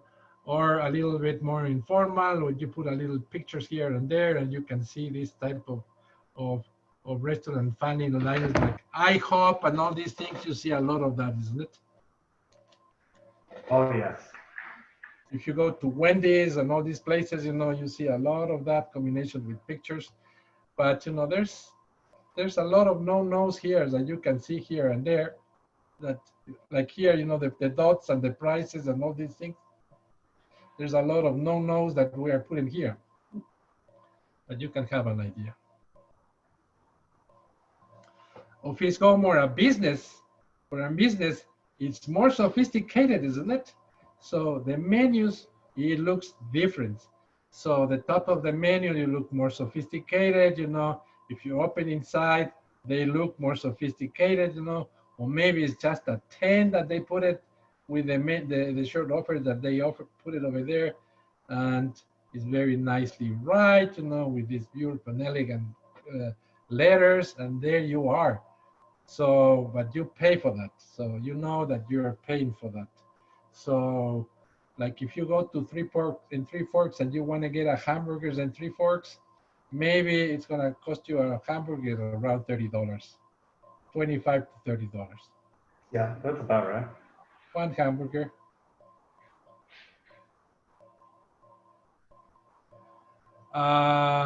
Or maybe it's a specialty. You have a specialty kind of like, you know, a barbecue house, isn't it? So, or a steak house. That is, you know, a type of things that they're specialized in something, you know. And you have all these menus that are designed, and you know that there's a steakhouse, you know that there's a barbecue offering something, you know. Or maybe ethnic menus, isn't it? Like this here on this side, you have a Vietnamese menu, and you have all this pho and this banh mi and all these spring rolls on the sides, all these things that we love from the Vietnamese food, and you offer over there, you know. Or this sophisticated Thai menu on the center, isn't it? Or a sushi menu. There you are. All these are ethnic menus, you know, from different ethnicities, Japanese, this Thailand's, and this is Vietnamese.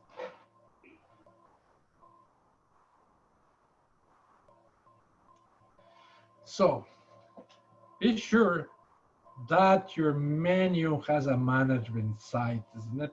You see this menu on this on the left side. What do you think about this menu on the left side, guys? There's a lot going on. There's a lot going on. As soon as I see the menu, it's caused me a stress. You know, the pictures over there, they look cheapy, isn't it? Yes, they do. So this type of menu, it's going to cost a lot of travel into the kitchen, isn't it? You need a lot of product. You need a lot of things to have to hold in all this type of menu. And that is going to release a lot of leftovers. So you have to be very careful how you use your items in the kitchen. And all is, remember, all is connected. Too many dishes on the menu, hard for the guest to choose, isn't it? And maybe they will not come back because it just costs a lot of stress. And you know, the kitchen is capable to produce all this. Or because they have a big menu, we have a big bottle noses inside of that, and you have to wait, you know, a lot of time. Like, remember, Chef, when they opened the Brutorium? Oh, yes. They opened the Brutorium, which is this beer place, and they have a place that they can set 300 persons inside. And the kitchen is a kitchen maybe for a 50 set restaurant. Yes. Very small kitchen. So when it's full, you ask for a pizza, it takes 45 to an hour to get your pizza that you order. Would you be happy to wait an hour for a pizza that you order? No. So big problem, isn't it? You cannot have all that kind of things. If you have to be sure it all reflects what you are in the kitchen, the size of the kitchen, and everything has to go together. Yeah. The menu should be easy to read. So what type of fonts will we need it? The type of letters that we put in over there. Right typography, you know, essential in the menu. It has to be easy to read. Maybe we can put some special attention in some items and things like that, but it has to be easy to read, because in 2 minutes, they have 2 minutes to get into the whole menu, no more.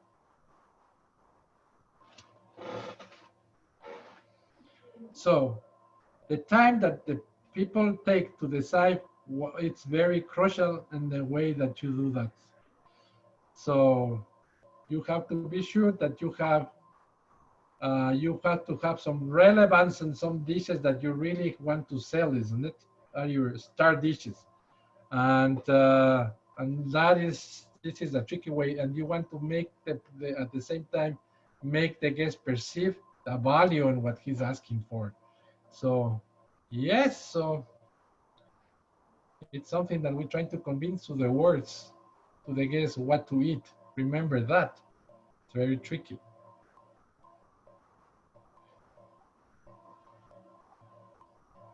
So fonts are all another things that we use. A little contrast on colors, guys. That's a good idea. And some menus, you know, not too much also will be very overwhelming, you know. But put some fonts on the back. That will help in some menus. So that I'm part of that, and we can do a little bit of that. Then we have a little of psychology, how the customers read your menu. So now we know for sure that because there's a lot of studies, scientific studies, and how the customers go and read the menus.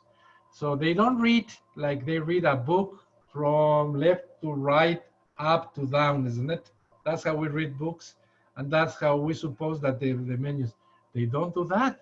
So they move the eyes in a different ways, and there's a pattern for that, guys. This is the way that people go. So when you have a two-page menus, guys, what is going to happen is that the customer is going to go first to the left side center, upper center, and then go to the corner, and then they move to the other side on the left hand, and then they go down, and then they're going to move it to the next page here. So that's how they start moving the eyes, guys. That's how we do with the menus. So if I want to put my best place, the dishes that I really want to send, I will put it here, isn't it? The ones that I don't have too much attention, I will put it here, like kids menu. I will put it on this side, you know. And then we have these areas that there's not too much attention that we call blank spaces, like this here. I can put a remark here, you know, on this side, and put it on a little square and make the guests get their attention on the dishes that goes to that area. So the way that the guests scan the menus, it's very important in the way that you're gonna, what are we gonna put and how are we gonna put it over there?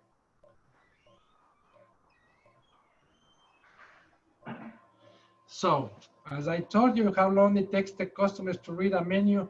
109 seconds to scan through the entire menu, guys. So, we have to design the menu in a way that in 109 seconds, the guests can decide what to eat. So we can have a little hot spots on the menu. We can put it over there, remarkers, you know, that we can make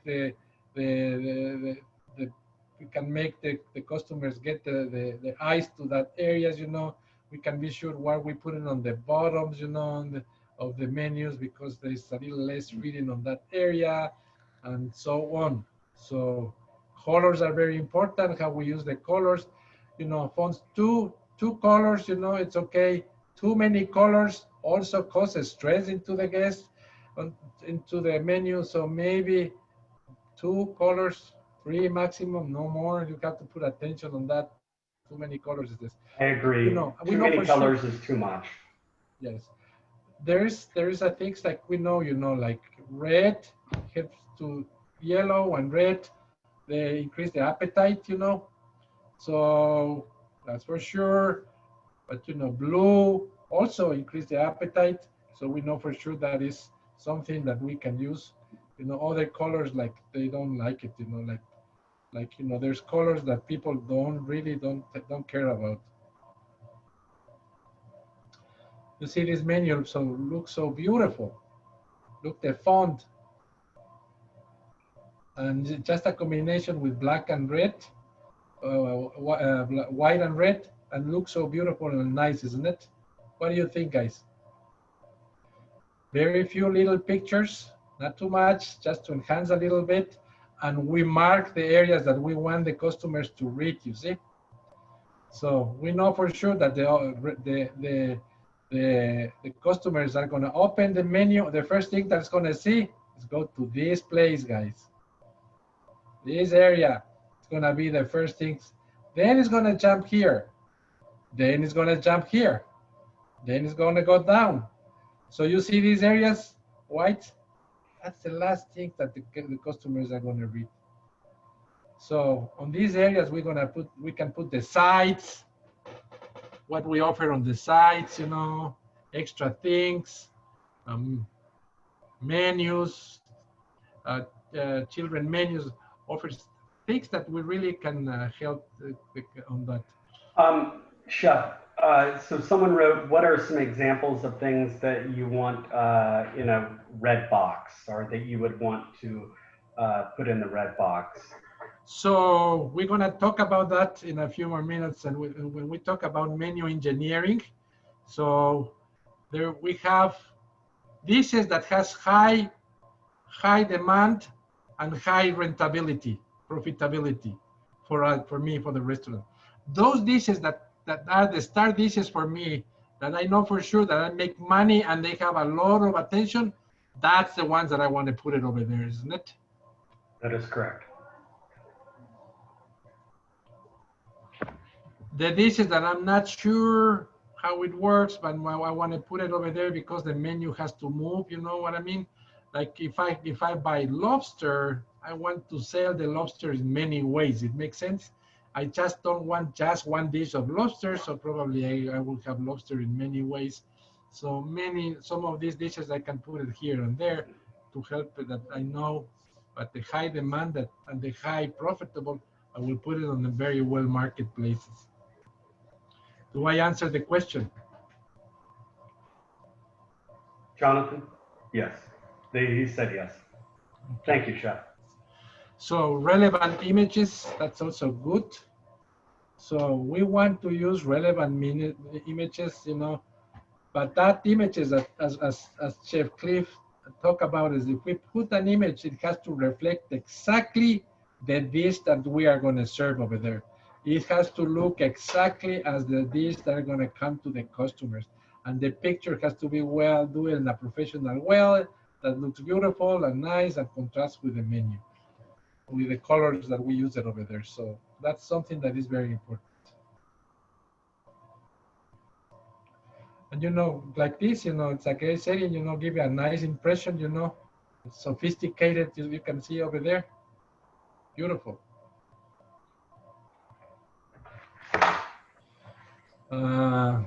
So, guys, don't use the stock images. Don't buy images for putting on the menus. The images that you put it on the menus is the right images that you have from your dishes. Don't just go and stock and get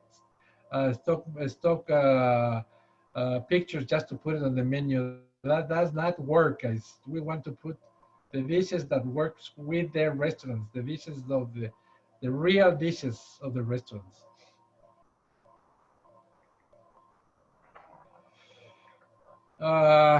Then we have special elements that we put it over there.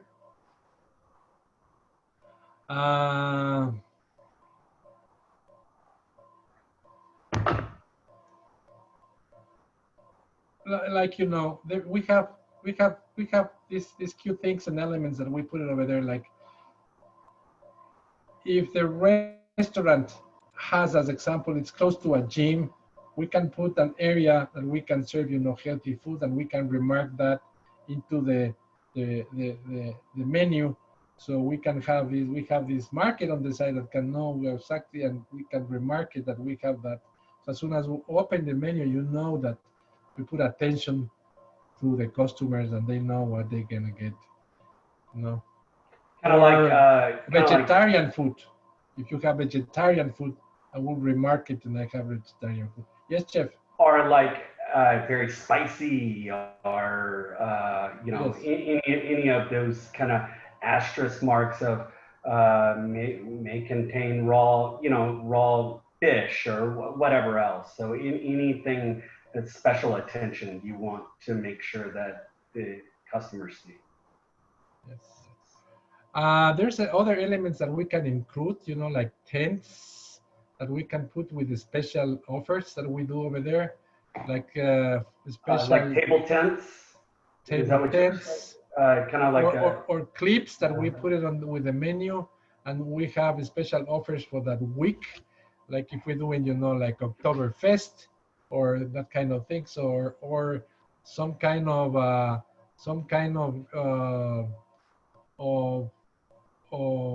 special additional dishes that the chefs is offering for just a short period of time. What will be an example, Chef? Example of what? Of something that we put it just for a little short of time, you know. Oh, like a tent? Yeah. Oh, like drink specials, desserts. Like if you've ever been to like you know, kind of like, what is it? Not Bennigan's, but Fridays or any of those. They have the drink specials or whatever else. And we have special elements also that we put it over there, like, you know, this is the week of the burger weeks, and we have burger specials today and specials of the week. You know, if you get a burger, we have the fries for free. If you get a burger, that kind of things that we can put it in special tents or clips, and it helps to remark those elements that we want to do it in order to help, you know. And there's a lot of time that we have a little extra product that we bought in the kitchen and we're gonna move out. And this kind of elements, it helps to move it out of the inventory. It makes sense? For sure. Like here, you see, there's a very nice remark that there's vegetarian dishes over here that we can offer. So they have a beef, they have vegetarian, chicken, fish, they have all these elements that we can, or you see this remark here, create your own. There you are, you know, that's all burgers. So, and there's the size on the size. This is a well market, so you have all these elements. I like that menu. I like how it's presented. Yeah. So there you are, you have that well understanding that what you have over there.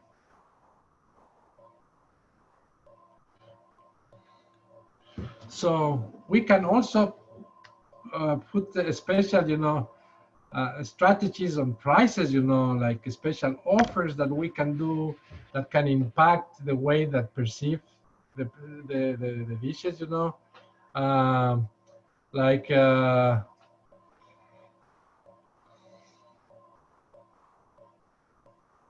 this is something about prices, guys. Don't put the price with the name. Remember that we're talking about this. Don't put the price name.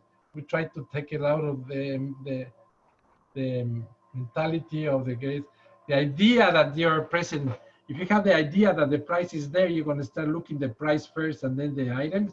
So we just put it just on the side. And normally I'm going to take this signal out. And maybe I'm going to take one of the zeros out, and I'm going to put maybe just the 12 and 4 over there, and it helps to move. Can I jump in real quick? Yes, Jeff. It's kind of like Las Vegas, or if you've ever played poker or used poker chips, the same philosophy, kind of. Try to make sure your customers don't realize they're spending money, right? Yes. You know, and that's the reason why in Vegas you use poker chips, right? If you were throwing down $100 bill, you know, that would make you, but, you know, kind of question. But if you're throwing down a black or a purple, you know, chip, right? It doesn't make you feel like it's $100. It's kind of play. So when you're dealing with the money, you want to take the dollar sign off. Just because that just makes me, the minute I see a dollar sign, my eyes directly go to that because I'm on a budget. I have a budget that I have to make, and if I see it really expensive, I'm going to choose a different one. But if you see that dollar sign, it just brings your eye closer. So kind of knock that off, make it look cleaner, and make it less kind of threatening to the customer when they see that dollar amount. But anyway, I'll get off my soapbox on that. Completely correct, Jeff. Thank you. Thank you for your help. So when you align the prices like this here, you see this menu here on the left,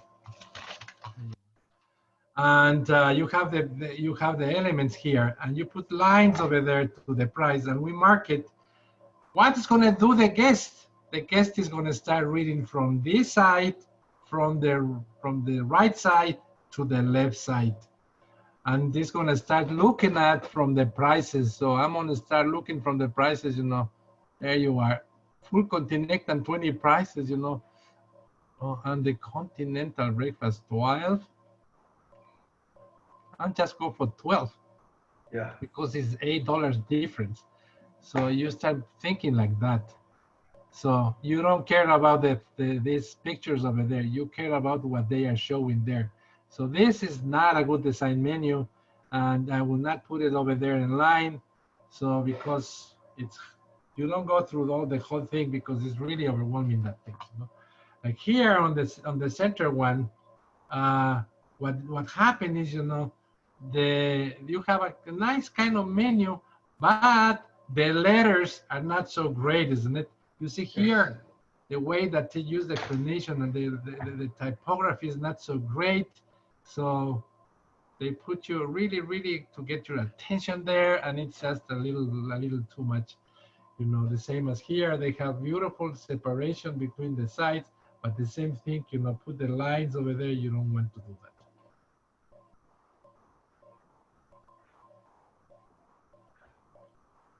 So the tactic to organize your menu with line and boxes is very nice. You know, you can remark whatever you want it, isn't it? And you can organize by group the dishes, you know, as appetizers, you know, salads and things like that. And you can use remark boxes to be sure to take the attention of the guests to the areas that you want it. And that's a good way to do. And separation, you know, this is a good example here, you know, the lines and boxes that we put it here and there.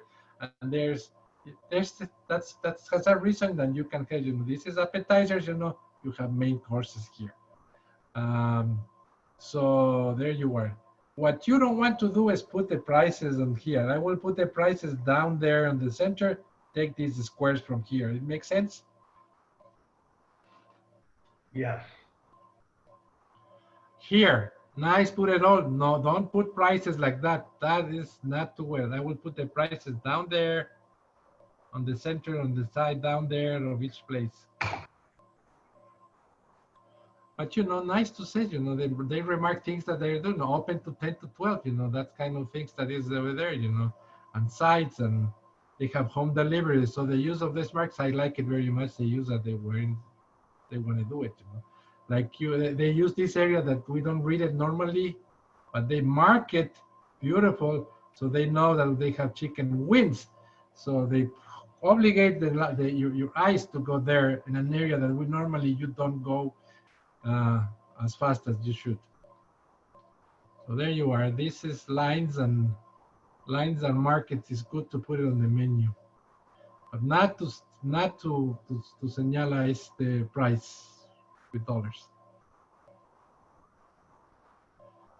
Cross-selling items, that's something that we also do a lot. Cross-selling items is something that we put it on the menus a lot, like says, you know, but if you choose this, we not, guests also add, if you choose hamburger, they also have, we have these potatoes with truffle oil.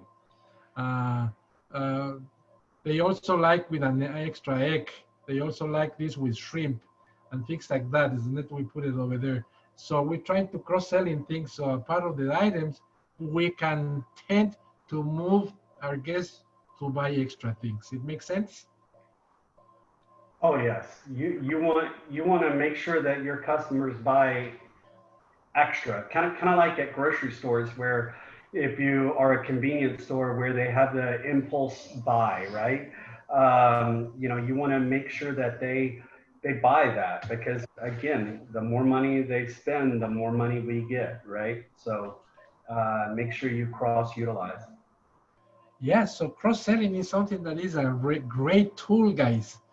And we put it in a way that we don't pressure, you know, we don't say that, you know, we say, you know, customers also buy this with this other thing. Yeah. So that we are not pressured. We say, you know, customers do that. So and then immediately will click on you. Yeah, I want that. You know, we can add you an extra avocado. Customers do that. You know, we can add you an extra avocado, an extra shrimp on this dish. And then when you go, yeah, add it. So and then we have extra sales. Or like on a salad, you know, you want to add fajita meat to it. Do you want to add, you know, these certain things? So upselling, man, for sure. Upselling is the name of the game. Yes.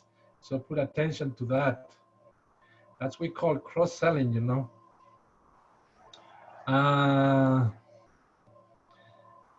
There you are, you see it. If you say, if you do that is frequently complement with this and such, and there you are. And we don't obligate it, but we put the idea on the brain of the customers that is a good idea to buy these additional things with his dish. And it clicks in the mind of the people. It's like when you have a song that you have it over there all day, repeated in your brain.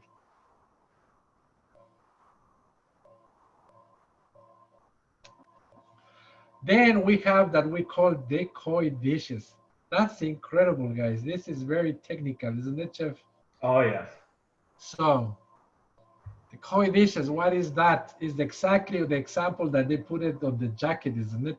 When you go to buy a jacket and they put it first in front of you, this very expensive jacket, and you say, that's very expensive. But then they put it down this half price, you know, and you say, oh, that's a bargain. But you want to buy because they offer this bargain on the side. But that's the real thing that they want to sell it. They don't want to sell they don't want to sell you the lobster. They want to sell you the one that is behind. That's what they call decoy dishes. It makes sense? I'm going to show you some examples. So look at these guys. I think it's here where I have the, there you are. You have a shrimp scampi. No, this is not one. I think I have it.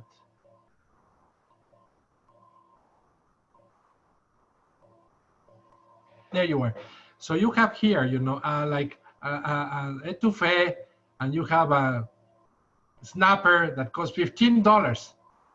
And they cost, you know, and the calamari costs $10.95. So you go and check it and says, you know, oh, the calamari is a great option, you know, because it really costs $10.95, almost half of the price of this. But calamari is very inexpensive, isn't it? So they want to sell the calamari. So what we call there is a decoy dish, put it on there. So that's what you're going to go. So there's going to be a lot of people asking for that because it's a decoy dish, isn't it? Yeah. I think we have here a good example of another. There you are here. So we have here, guys, they have a North Atlantic salmon, $27. Wow, that's expensive, isn't it? They offer a salmon at $27. And down there you have a truffle chicken pasta, $24. So between this and this, I go for the pasta, you know, it's less expensive. But it's a decoy dish over there is less expensive, but in fact, it's not too much expensive. It makes sense? People tend to go to the lower prices that cost a little less, thinking that this is better. But in fact, it's a decoy dish that they put it over there. That's the one that they want to sell it. Hey, Larry, can you unmute yourself? Do you want to talk about what you just said on the chat? I think it was exactly right. Okay, so who would have thought to put the most ridiculous item, the most ridiculous price item on the menu to sell a lesser inexpense item? That was genius, really, because it actually causes people to not only just look at the prices, but not just look at they forget the price and they look at the quality of the food and the description. Yes.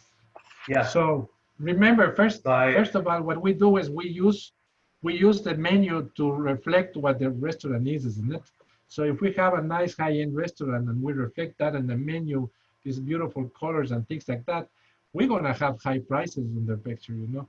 So what we're gonna do is we're gonna put this price over there. Let's see, lobster over there, and the lobster is gonna have, you know, a high price over there. There's people that want to go for the lobster, but behind I will put like calamari, or I will put a fish with a very high price too, but lower than the price of the lobster. So what I'm gonna have is high rentability on that decoy dish that people start asking because it's less expensive than the lobster. It's, for me, I perceive like a bargain. It makes sense? Yeah.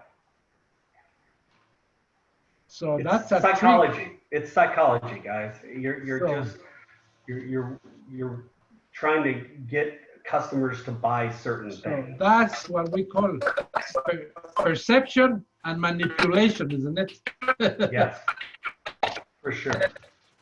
Hey, Richard, I'm going to unmute you. So we really manipulate with the perception of the guests about the dishes. That's what we do. So be sure, guys, when you put your menu, the menu should have versatility. Let's see. You have to move your inventories, isn't it? When you have that, because also important part of the business is your inventories and how you move that. So if you have a dish, like if I have lobster that I get, I want to sell that lobsters in many ways, isn't it? So I have a lobster roll that I said over there, but maybe also I have a pasta lobster, or maybe I have also a lobster biscuit. So I will try to sell the lobster in one way or another, isn't it? So be sure that I can, when I have the lobster is gonna move in the menu. It makes sense? For sure. So you don't want to have just buy elements just for one dish that you put it over there. And if that doesn't move, you're gonna be stuck with something that you don't want it. Yeah. One other thing that is very important when we do menus, guys, is we have to be sure that we stay with the law of every, there is a federal laws and city laws respect that we use the cards. Example, if I says, local sourced, if it's a local thing, it has to be local. You cannot lie about that, Like if I say advertising. Yes, if I says like a farm-raised eggs, they have to be farm-raised eggs. It says I sell poached eggs with raised farm eggs. You want to be sure that is that. So now there's people that say, we have farm eggs from Yewa Creek, farm eggs, free of hormones and that they gave us that. And now they put even the where they come from, they are, like quantum cells, this our meat come from farm 244, and we make a little bit of that. People know that exactly they have these beautiful animals that it has no hormones, no things like that, and no steroids, nothing. It's a beautiful meat that you have it over there.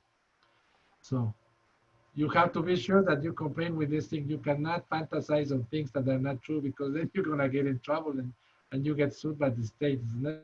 Yes, kind of like also, I mean, this goes into like, farm raised fish, and if you say wild caught salmon, by goodness, it better be wild caught. It shouldn't be farm raised or whatever else. So you need to make sure. Chickens, the same thing. Yeah, chickens, same thing. Free ranged or whatever. You've got to make sure that it is what it is, and that's when you need to trust but verify your purveyors and all your people that you're getting it from. Yeah. And there is a lot of terminology right now that we know for sure that you put it over there. Another terminology that we know for sure that does not even exist, like like the word organic is kind of a tricky word, isn't it? Organic. So what is organic, Chief? Organic? What does organic mean? Well, organic means, it kind of, what's that? That is kind of tricky word, isn't it? Organic, yes, because it depends on, is it the government's, thing of organic, or is it, so there's all different types.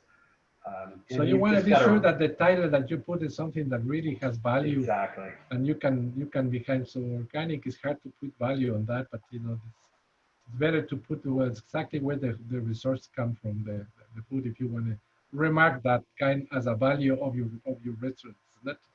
Yes. Another thing that is very, very important when you do your menu is that you have to menu to be up on time, up on what it is, because Food is very fashionable, guys. Food is very fashionable. It comes on waves that moves for seasons and for years and moving and coming out. And you don't want to be updated on that. You want to be sure that they're on point of what people are using now. So there's a lot of organic right now coming up, a lot of, of take care of the environment and recycling and all these things that right now we are talking, on all these movements that are right now people on the street trying to change the world. We have to go with that because that's exactly what people wanted, isn't it? So we have to put as our value also in our restaurants and the places that we go to be sure that people feel identified with what we're doing. So keep with the trends that happen all the times, and you don't want to stay behind, and you have to put attention every time that you go because they change it. It's moving. This is something that is moving. It's alive, isn't it? So it's alive, same as your menu. So you cannot, static menus, that's a big risk, isn't it? To get on that. Yes.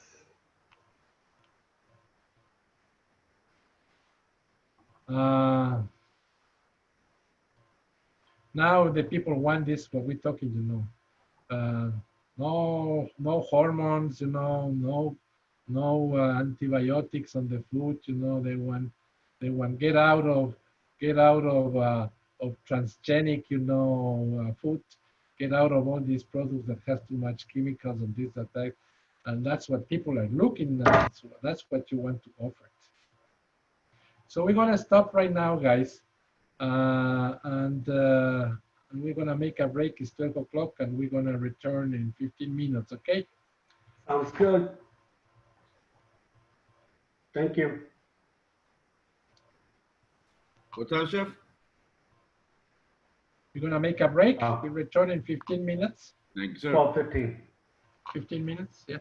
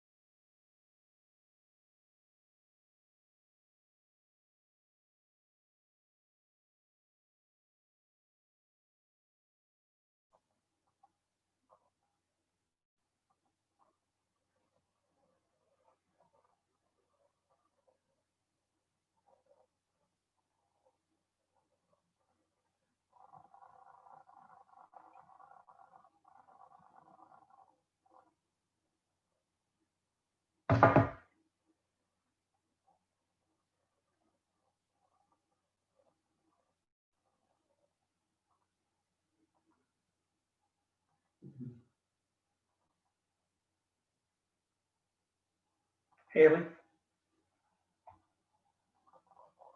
Yes.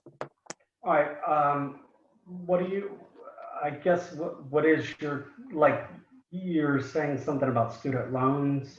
Yeah, I've been applying to a bunch and I just keep getting denied because they don't work with this school.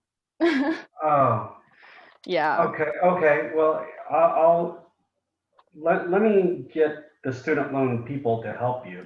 Because we have our own student, I mean, we have people that can help you out with that. Or are you trying to do it on your own? Well, I went through them and then just a bunch of crap happened. Oh, Both okay. parents got denied and whatnot. Oh, okay, And gotcha, so gotcha. I'm trying to figure out what other options do I have. Gotcha. Okay. Let me, to answer your question, I have no idea. But I can try to get educated enough to find out who I need to talk to. I can give them a call later after class and see what they say. I just Yeah, didn't know if they could actually help me find another student loan that would work. Yeah, I don't, good question. I have no idea what the answer is, but let me do some digging in just a second. I can try to call Cameron, same thing. Hey, I just had some lady hang up on me. She was like, "Oh, did you just apply for a student loan?" And I was like, "Yeah." She's like, "Are you currently enrolled in school right now?" And she's like, I was like, "Yeah." And she's like, "Okay, then we're no use to you," and then hung up on me. All right, so let me actually find out real quick. Let me find out about that. And Lyric, I will also actually call the person instead of emailing the person about the jacket. So student. Thank you. Yeah, hold on one second. Student loan in jacket. Okay. All right, cool. All right, I will, for Lyric, I'll deal with it. Joshua, what is saying here? Student loans? I think they're all in the same boat. Yeah, I've been Really? calling the same thing, and Okay. yeah, I mean, they say they can help and all this, and then I'll call and do all the paperwork and all that, and then they don't work with this school. So Yeah, they're just like, "Yeah, we'll help you," and then they're like, "Psych." Who is it just random student loan places? Is that what you're? Ernest, Sally Mae. I've gone through multiple banks. Okay, so let me. Hey, Chef, while you're doing this, I'm gonna call the student loan people at our school real quick and find out some information. I'm gonna just put it on mute for a second. Thanks, Jeff. So guys, I will find out. Give me a few minutes, okay? We're all struggling together. Yeah, no worries. I'm gonna try to get this resolved. Thank you, Chef. Okay. So guys, before we start, can you please show yourselves so I know that you're here?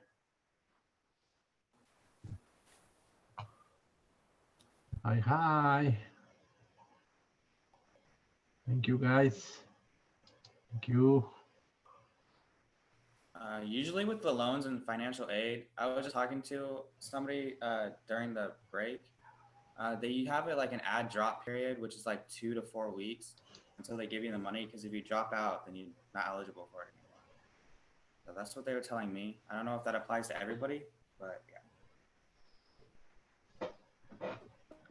Yeah, I'm not sure. I mean, this is the first time I've ever done any of this, so I'm not really sure how that works. Yeah, that's exactly what I was talking to Teresa during the break and everything. So that's what she said. There's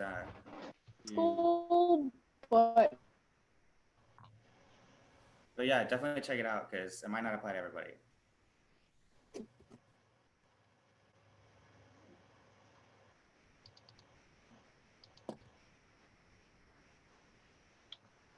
Okay, guys. So can I continue? It's okay for you guys? You're still in the conversation, okay? Yeah, Chef. Yeah, Chef, go ahead. Okay, so So as you can see, guys, it's not so simple to make. There's a lot of elements in that and thoughts that we put it when we design menu. What do you think about this, guys? Do you think that was that complex, or you think it was just more simple? It is pretty complex. There's a lot of different elements to different types of menus. Yeah, it's very complex to go through all these things, and be sure and go to the details. It's not just, put the dishes over there and go where to put it, how to do it, how the people read, how to increase the value, where you put the dishes that I want to sell it, what's the type of color, what's the type of letters I want to put it over there, and how many dishes is enough, and all these things is something that we always have to count that. Chef Pablo? Yes? This is totally off topic. When you do your PowerPoints, do you have the ability to draw a line on it? Because we're all seeing this little line. Oh, it's gone now. Okay. We all just saw this like little line just out of nowhere in the middle of the screen. It's gone? Yeah, it's gone now. Yeah, it's but sometimes... it threw some of us off for a second. Okay, thank you. So, the burden choice is, there's so many choices to put it over there that you brain your mind and you get stressful. So, and that's why a reason, this is tapas, Spanish tapas. Spanish tapas right now are so popular because you just put a lot of options and you serve it in front of the client, and that's release the time that you have to do it and trying to think what is good, what is not, so you can put this kind of dishes that you have many things together, and that take you out the pressure of start this burden of choice, that is, you get burn your brain because of too much options. So that's a good example of things that we can put it over there to avoid, just a little combo over there that helps to move it faster. So how many dishes is too much? So they make this study, guys, and they put a lot of you at the university here in the United States, and they interview a lot of people to see how much is too much. And after all this study that they do it, they discover in casual food, fast food and casual food, people want 6 items by category maximum. So when we go to fast food or this, casual food, they don't want more than 6 starters or dishes and the 6 options for groups. But when we go and work for more, fine dining restaurants, they want 5 dishes on the starters and 7 dishes on main course, 7 options on main courses. That's the maximum that we can offer. So when you get an option of main courses and you got to start putting 10, 12 main courses, that's when we cause this burden of choice, it's overwhelmed. We don't want to know about it. So we have to be very careful on how we do these things. And that's, categorize the dishes. It helps to separate by groups. And that maybe will give you a nice chance to put a little extra dishes if you want to put a little extra more. Like, put a group of sandwiches, maybe a group of salads on the side, a group of appetizers, and maybe a group of enters or main courses. And then you have these 4 categories, and just that you put it just in one. So that's an option that you can do, and don't go to more than 6 or by category, 6 dishes, because then you burn the customers with what to choose. And another thing, don't put dishes that compete each other. Be sure that you put a kind of variety of dishes that helps to go with that.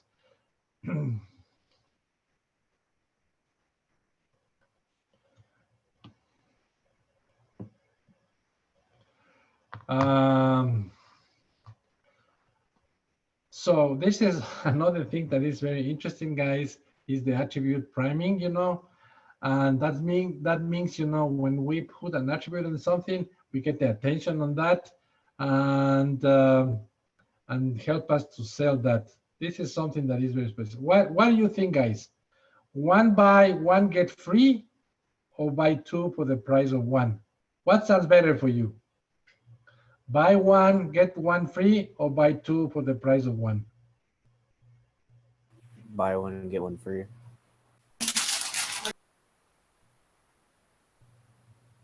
Yeah, I agree with that.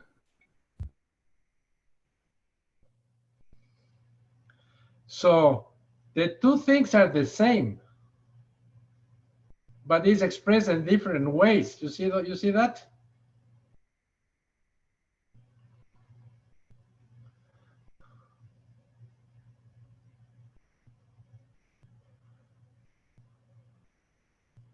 So this idea that they are giving something for free, it really hits my brain. It makes sense? Even that two for the price of one means the same thing. But just this idea that something is for free, it's hit on my mind. Because we put an attribute on that dish, isn't it? Free.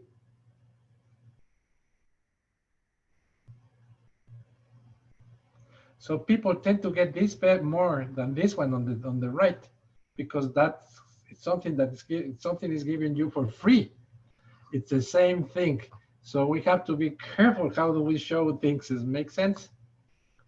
It can help us to sell things if we use the right attribute when we want to remark at this, or a bargain or something, or a special that we want to put it over there. So decision paralysis is this your brain freeze because it's too much. So we have to be very careful to have just the amount of options that maximum we can support in a menu. Too much, we call that decision paralysis. We just don't want to hear about the menu anymore. We just want to get over. So that is something that, you know, it's like loading and cognitive part, and it's like overload, and then we have inability to make any decision. It's too much. It's the same what happened here. You know, when I used to live in the Galapagos Islands, I go to the grocery and there was maybe 3 options of cereals. And I was, you know, oh my God, you know, should have a little more options of cereals. 3 it's like no option, you know. 3 options of cereals, it was no option. So then, we fly to the United States of America with my wife. I go to the supermarket, and it's like 100 types of cereals. So I get to the place, and they say, did you bring the cereals? I says, no. Why? Too many options. I don't know what to choose. So it's completely true that you have that overwhelming paralysis when you have too many options to choose from. Put attention to that, guys.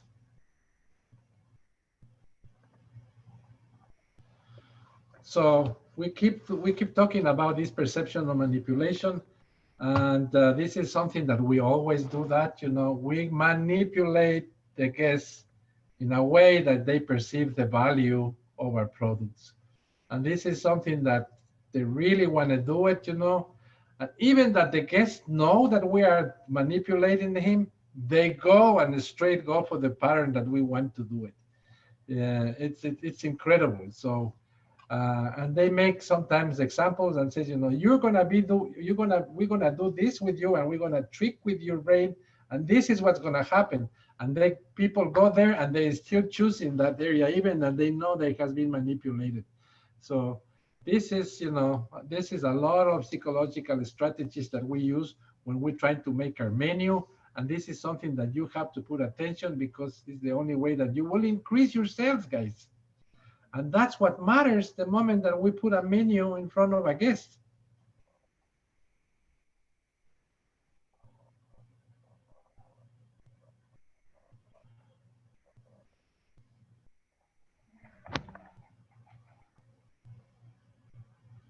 So this is one topic that we call menu psychology, isn't it? There is another big topic, guys, that we call menu engineering, that we also use when we design menu, and it's, you know, something that is also very technical, isn't it, Chef? Yes, it is technical, for sure. So here we are. The way that you design the menu in this technical way that we manipulate our guests, isn't it?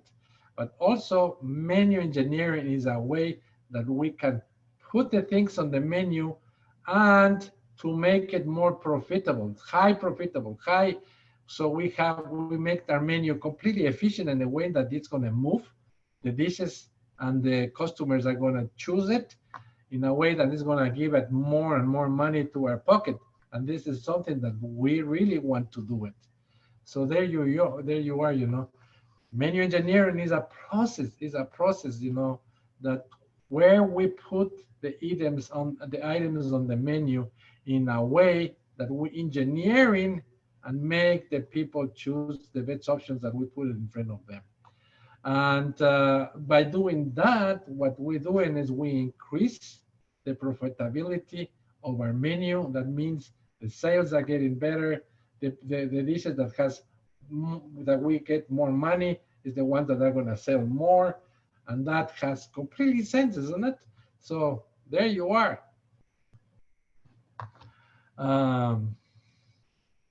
So we used a lot of data for this. So to get to menu engineering, we have to pass through two processes. One, we have to be sure that we standardize the recipes, isn't it? So we need to have standard recipes to pass through this process. So every dish that we choose that we're going to have in the menu, we have to make a standard recipe for that. And then we have to cost the recipe. So we have to be sure that all these recipes has a cost, so we know exactly what is the profitability of that. Now that we have a cost, we put a price, isn't it? We're going to put a price on that. When we put the price in our menu, we're going to try to sell it. At the moment that we sell it, we're going to see how these dishes are moving in the context and how the guests are choosing and how much of each one they are selling. And we put attention to that to be sure that we get the best of what we offered. So let's see. When we design the menu, we put a lot of attention on the aesthetic, you know. We put attention on the psychology, the colors, the font, the letters that we put it over there, you know, where we're going to put all these things, you know. And on this, we talk about profitability, we talk about costs, we talk about price, and we need to have analysis. But we also have a psychological element that we want to use to be sure that we can increase our sales. So there's 5 steps to have a great restaurant menus, isn't it? Yes. One is we have to be sure that we have costing rightly, isn't it? Then we have to be sure that we have the right price on the menu. And then we have this graphic that obtained from that it's how these menus are moving. And then that helps to categorize the menu, how we can agglutinate those menus in those items into the menu to be sure that we sell in a better way. So let's put it in this way. So cost, we know for sure, guys, that the cost of a restaurant is between 28% and 30%, isn't it? That from sales, that normally represent the cost of food. So 30% should be around the cost of food in a restaurant. Don't you think, Chef? Yes, 30%, around 30% is the average, yes. 30% is the average, and that should be the cost. But hey, we cannot apply as a rule of every item, as I told you before. Like a salad probably costs 90 cents. If I apply the rule of the 30%, maybe it's gonna cost $2, $2.20 or something like that. We can sell it for more. So we can get more rentability from that salad, isn't it? In other sides, we have a protein that costs a little more, like shrimp costs a little more. We cannot apply the same thing on salad because it will lower the prices. And on another side, we also have the competence, isn't it? So we have to beat the competence. If the competence has something that is similar, isn't it?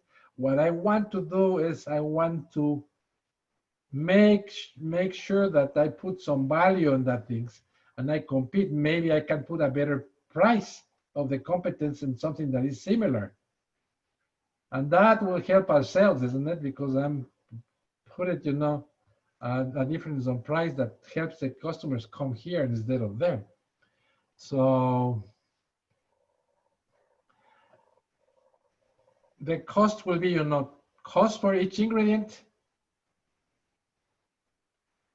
plus the cost of purchasing, guys. So the real cost, isn't it, is equal at item food cost. So how much it costs the item, but how much it costs to have the item, put it in the kitchen. It makes sense? Yes. So there's a lot of elements on that, like transportation. We can pay for that, delivery fees.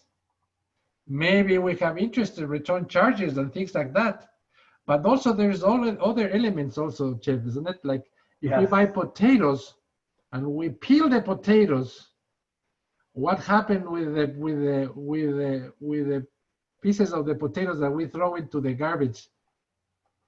That is a cost that has to add it to the value, isn't it? To the price. It does. So if we buy lettuce and we throw some lettuce to clean it, that also is a cost for ourselves. And that cost has to be absorbed for the cost of purchasing. So at the end, we want to be sure that that portion, if we buy fish and we have to clean the fish and we have a lot of bones and things that get out of the fish, that has to be added to the right price, the cost of the fish. Otherwise, we are not reflecting the truth. So first we want to be sure that that really has sense, isn't it?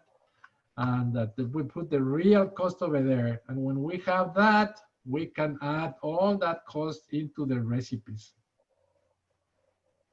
And with that, we have to decide how much we're going to charge. It's going to be 30%. Maybe it's going to be 20% the cost. It's going to be maybe represent 35%. We don't know. It depends on how it's going to move. So there is, pricing is it's a whole ordeal.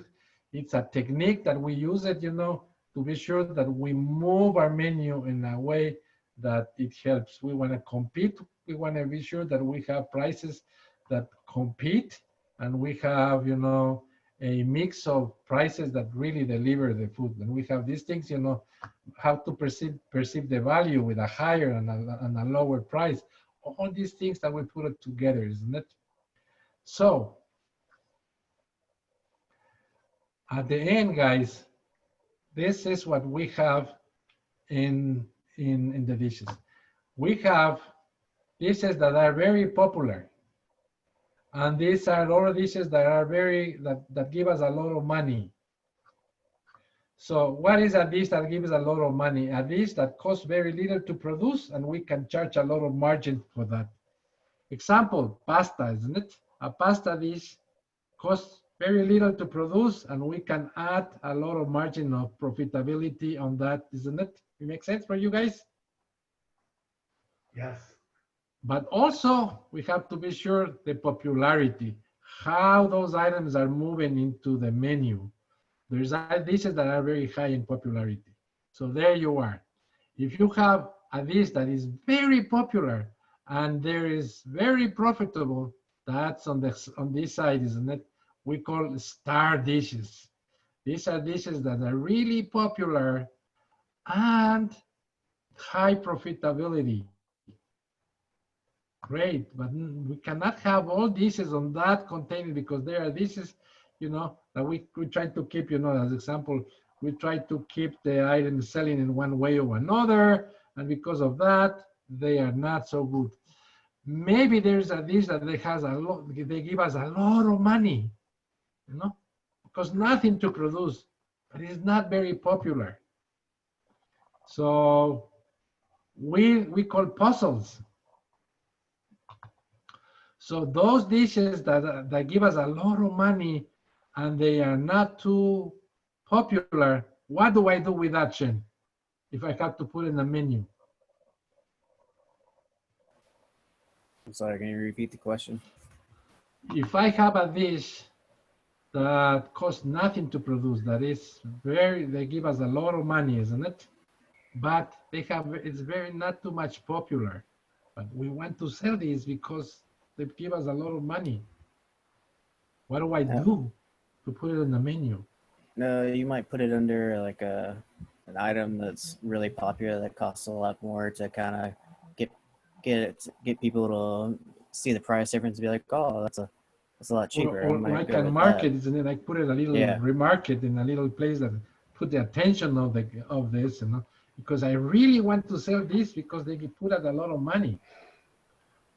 But what about this? This is very popular, but they don't give it too much money, but it's very popular.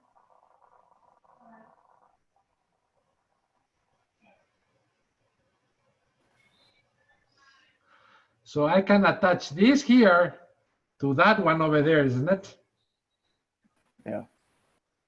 To help to this that is very popular and not giving too much money, help me to sell this dish that give me a lot of money, but it's not too popular.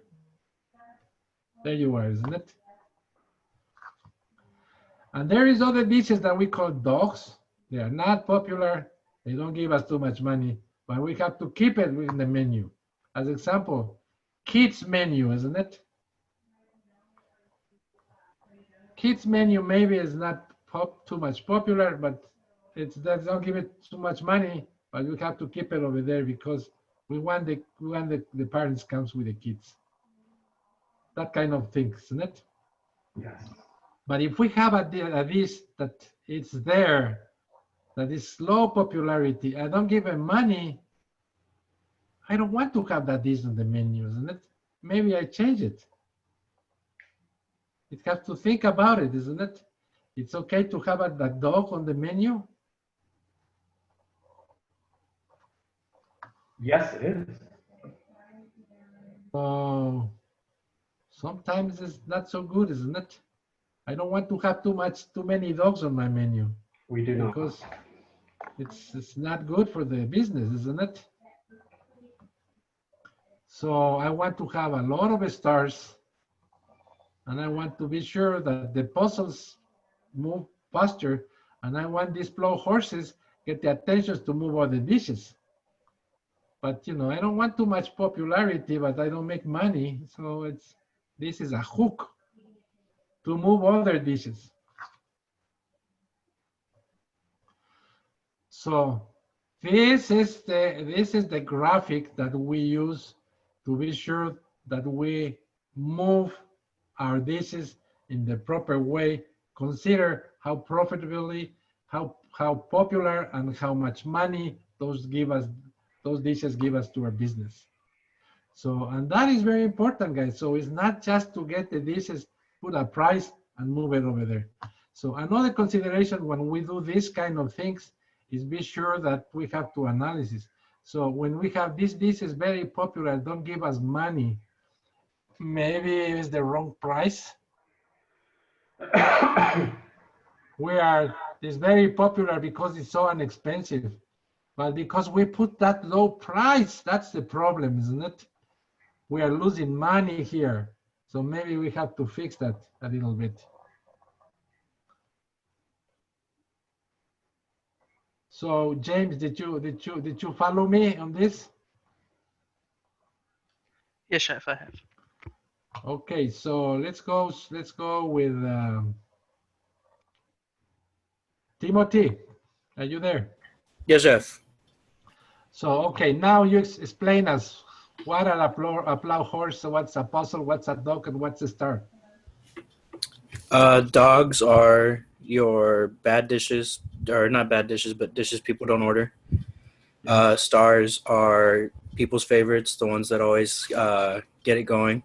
And plow horses are the ones yes that people I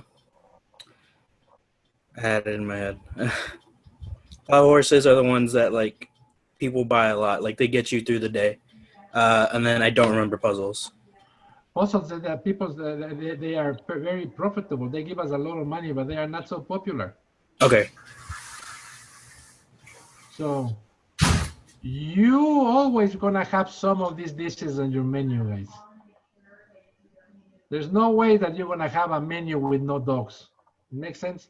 You're gonna have some of these dishes on the menu, and that's why you have all this in the engineering and look at that and says, you know, how many have I here? How many have I here?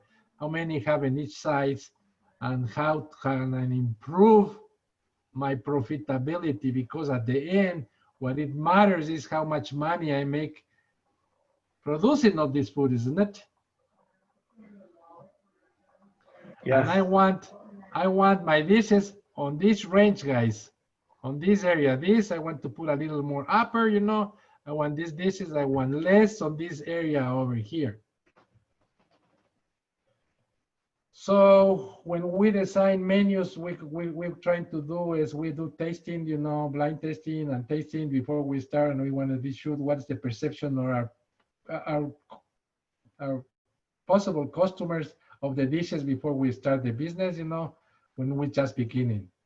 And then we put the dishes outside and we see how this is working, you know, because the menu should be always ready to get better, to fix it, to move it. It's not just a thing that is static that you put it over there and it will never change. So put attention to that, guys. This is true. So the stars on your restaurant menu are the ones that are high profitability, high popularity. The stars on your menu should be highlighted, promoted, and you ensure that you get the maximum sales from them. The plow horses, guys, are dishes in your menu.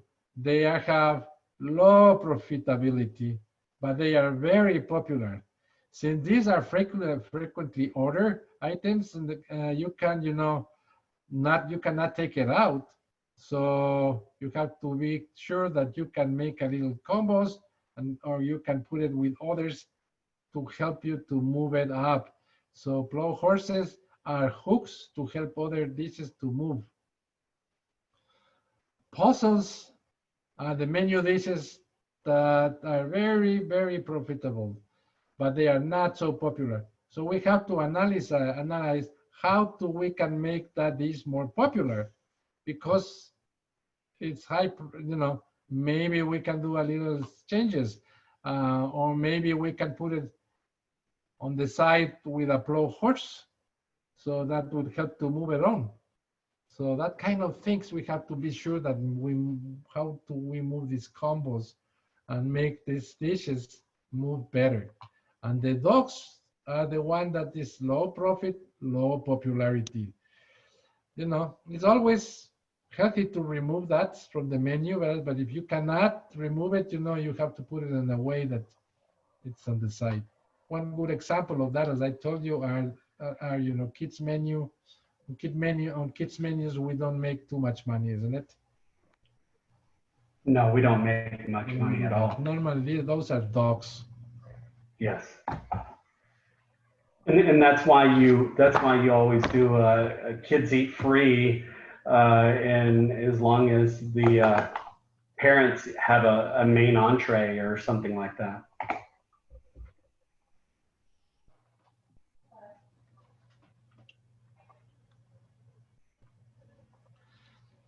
The other thing is, now that you know all these things, categorize your menu items. So how you can divide it by categories. That's more easy to understand when you have an idea and you make this, isn't it?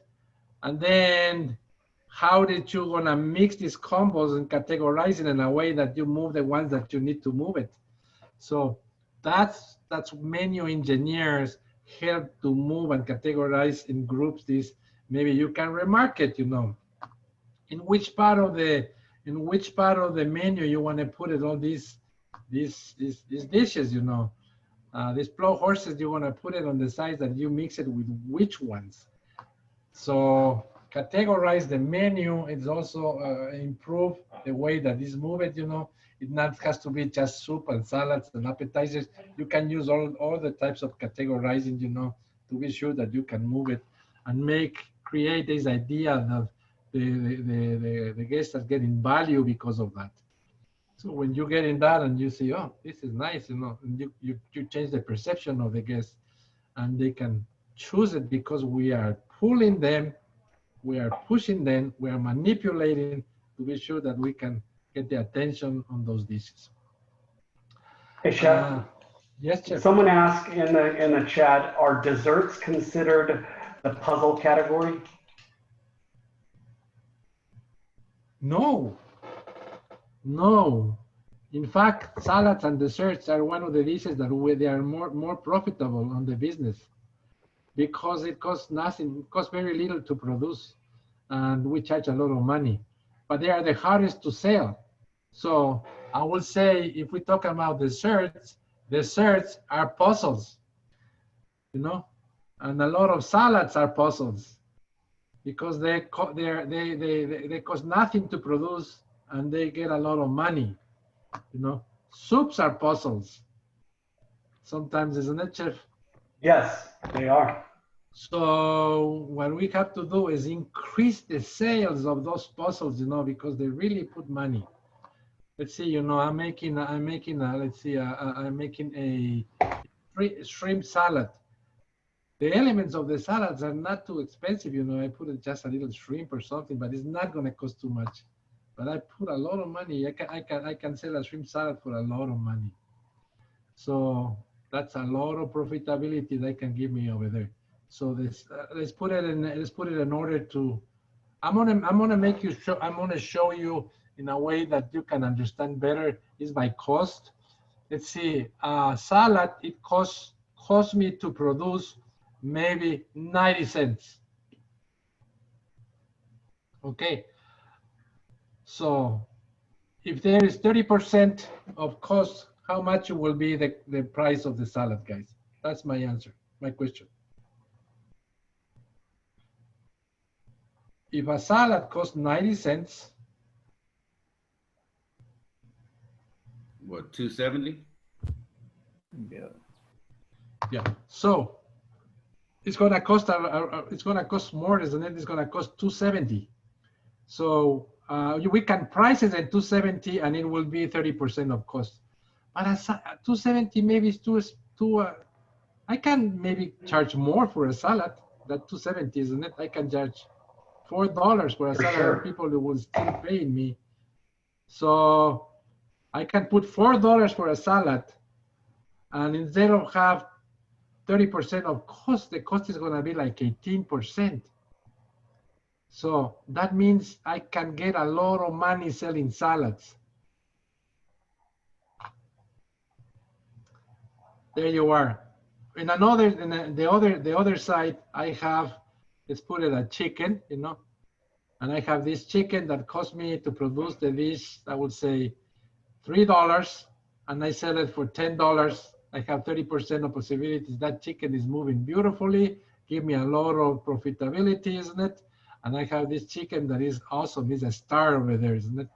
So I have these puzzles, the salads, I want to move it, and I want to do that. But I have a plow horse that maybe is, you know, I have a tenderloin. Or I have a, let's put it this way, maybe I have a pasta, you know, that people love that, but that pasta, I put it over there and it's not, don't give me too much money. Maybe I have it just on the 30%, so it's just there. It's not, don't give me too much profitability, but they are very popular.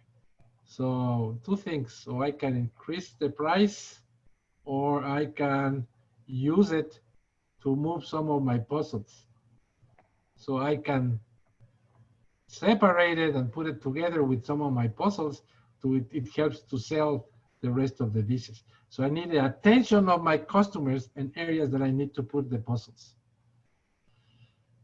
So that's a whole ordeal to trigger with this, and you have to deal every day with this kind of things when you design menus. And it's a responsibility of the owner to put all these things together with the chef and the people who are working, and be sure that you know, you get the best of every effort that you put in to make a menu. So make a menu is a huge work with a lot of thoughts, guys, in the middle. What are you gonna categorize together? How are you gonna divide the spices? You're gonna put lines. You're gonna put blocks. You're gonna remark it with a color. How are you gonna do it? And a part of that, how are you gonna explain? How are you gonna explain the menus, isn't it? So the use of words helps, isn't it? Like you can see the words, you know, juicy, crispy, isn't it? So all those words help to sell that dish, don't you think, Chef? For sure, you need to use words that will describe it and make your customer want the food. They, you know, by your description, you know, you want to make sure that they really, you know, you say crispy or you know, nice and golden brown, so where you can have that kind of you know, be able to see it in your head. If we say, you know, you're gonna get a juicy piece of a steak, you know, you just think it and it's water in your mouth, you know. So, but you don't want to see the steak cooking to perfection. You don't want to put that, isn't it? But you you can explain that, you know, this is a nice piece of organic piece of black Angus beef served, you know, on a very juicy or very crispy, golden brown.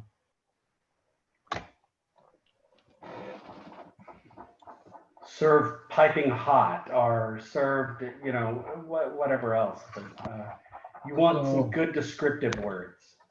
The description of the dishes is so important when we write menus, guys, and we want to be sure that we help with people that know exactly how to write and describe dishes, you know, in a most poetic and beautiful way, but in a short way. We don't want extended words, isn't it? Because there's no time for reading. Yeah, we don't want a paragraph or anything. Yes. So guys, before we go, I want to make it short, these things, because today was a lot of material, guys. So there you are. First thing, guys, the size of the menu. Remember, the size of the menu should be manageable. You want short menu, you don't want big menus, because nobody wants to read big menus. It's too much. So categorize by groups, you know, 6 maximum by groups, 7 maximum in main courses, no more. And that's a big option for that. You can. So somebody asked about desserts, Chef, and we normally, this is what we do. Dessert is the hardest thing to do, isn't it? So we don't put normally the desserts with the normal dishes, because the desserts we like to put it in the dessert menu apart. So when you finish eating your main course, normally we will bring, you know, the menu desserts to you, and it's another coming to sell with the support of the people who are selling over there. Because at that point, you already has been eaten, you are not hungry, isn't it? And so selling dessert is something that is hard to do it, and you need to have to push that sales. The good thing about desserts, they are very profitable. So you really want to sell desserts, you know. Desserts are something that will increase rentability and the same as, you know, alcohol and salads and soups and sometimes appetizers, they are very profitable. Main courses, not too much, isn't it? But there's something that we use it. So there's that alternative. So be sure that, you know, it's manageable on sizes, not too long, not too big. It should be easy to read. So a menu has to go easy, the right words, put it over there. Easy to read is something that is very important. And how we separate the dishes and how we move it is something that's also very important, isn't it? Next things, you know, we have to be sure that how the guests do the scanning of the dishes. So if it's just one page, guys, if it's just a one-page menu, they do like an F. They go from this side to here, and they go down to the center to here, and they go down completely. It's like a little F.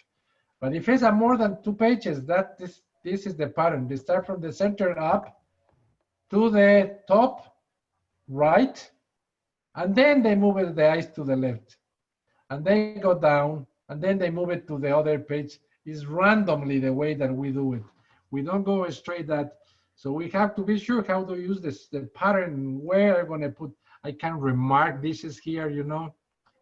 Not too many here because here is less attention. Here less attention. But, you know, I can, this is the space that we have here. I can feel it, remark it, you know.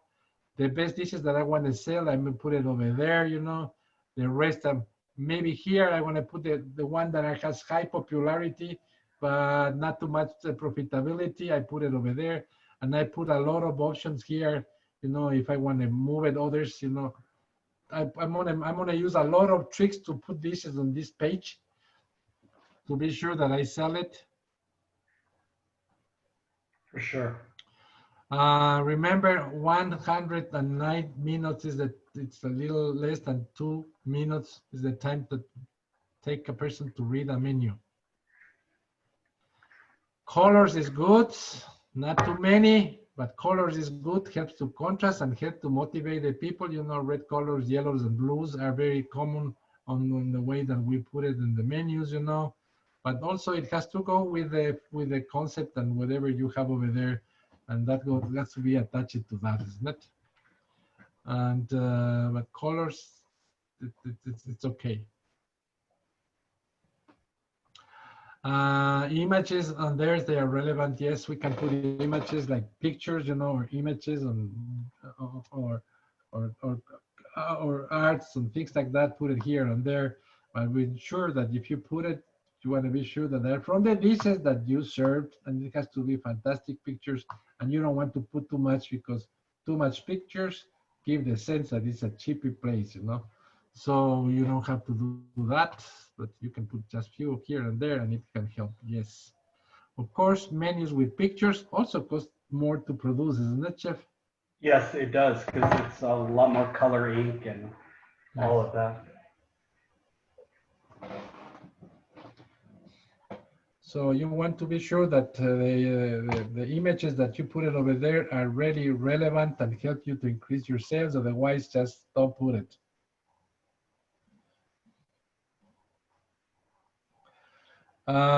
Special elements over there. Yes, you can put special elements over there. Remark it, you know, squares, lines, areas where you can put special offers, you know, areas that you can remark things that you want to do it, you know. Provide additional information here and there. It's nice. Like menus right now, there's some little spaces where people don't go and read it. We put it, you know, taxes included as example, isn't it, Chef? Yes, that is. Things like that. Service fee included. Or like gratuity included. Yes. Gratuity. There's a lot of restaurants that are doing right now that, putting 20% of extra gratuity for the whole thing, and it's just, that's it. Done. It's included on the price. When you go and buy it, you know, the service and the gratuity is included over there. You don't have to put extra money. That also helps to the, instead of start thinking, you know, how much I will let them do it, it's already charged. The bad thing is that you can have a very bad service and you pay gratuity, and I will be not happy to do it, isn't it? If the service is not good and they obligate me to pay the service 20%. What do you think about that, guys? Would you be happy to do it?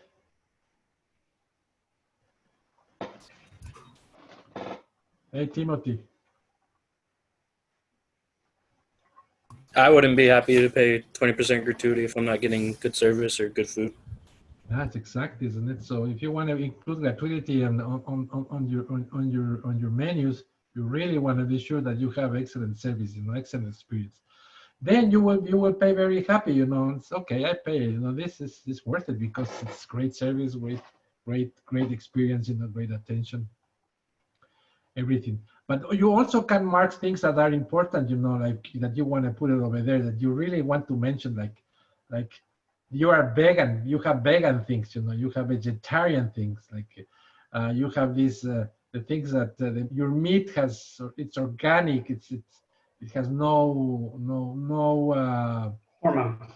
hormones and things like that. You can remark, you can use special elements to do that.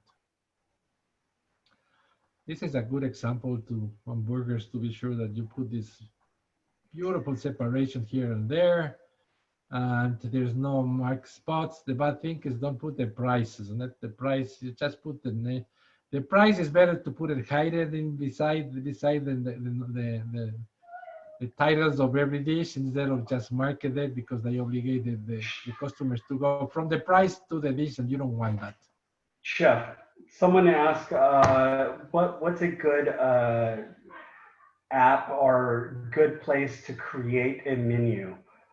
Can you show them on the portal where, you have must-have, I think it's called must-have menus. Is that correct, Chef? Or what's that menu design? Yeah, it's called musthavemenus.com. There's tons of places right now, tons of places that you can get for free examples of doing menus, guys, okay? Must have menus and many orders. You just go, you know, menu designers, and it says, and then they're gonna pop up, and you can choose the one that is more comfortable with you, and they have less cookies and help you to do very easy to work. Menu design. Hey, Chef, so I'm gonna have to send y'all another concept. I think the concept that I did, it was probably a little bit too much on the menu, and probably a little bit, you know, out of my reach. So I kind of did another concept, another mission statement, and I'm gonna send y'all to see how y'all think about that one. Yeah, remember, guys, your documents are alive, and we put it on purpose alive over there because we want you to work on that. We want you to get better and change it and move it. Now that you're learning more, you can go change it, move it, you know, get it with the right perspective. Because at the beginning, we know for sure that many of you put it in there. And now I said, that was wrong. I should do that and that and that. Yes, do it, please. We were very happy with that. So prices is something that we all prices is a strategy. It's not something that we go ahead and put it over there and without thinking, you know. We have put a lot of thoughts in the prices, how we want to go. At the end, how it moves the menu is going to give us the result of what is the percentage of cost that we're going to obtain after we sell the menu in this way and the other. It makes sense? At the end, the final result is what's interesting for us. But experience, you know, chef experience, restaurant owners know where to put it, where to move it, the things to help increase your profitability. And that's at the end what is matter, you know, be more efficient in the way that you express your product, you package your product. And so the cost is important to be sure that you have the right cost, but at the same time, you want to be sure that you have the right price on the items. The right price, it helps you to move your dishes in the menu. Don't you think, Chef? Yes, I agree. So you have to make it think the customers that they receive and value when he ordered that food. That is all about it. So let's say, Joshua, when you go to a place to buy something, on food, you really want to see that what you're paying is what you're receiving, isn't it? Yes, chef. And like if I go to a general place, and get a hamburger, how much I pay for a hamburger on McDonald's? $3? $4? Menu McDonald's. $1 menu, but regular hamburgers, $3? No, about that. So if you pay $3 as example for a regular hamburger, and you go to a place that it costs you $7 for a hamburger, and it's the same quality of a hamburger of McDonald's, will you be happy?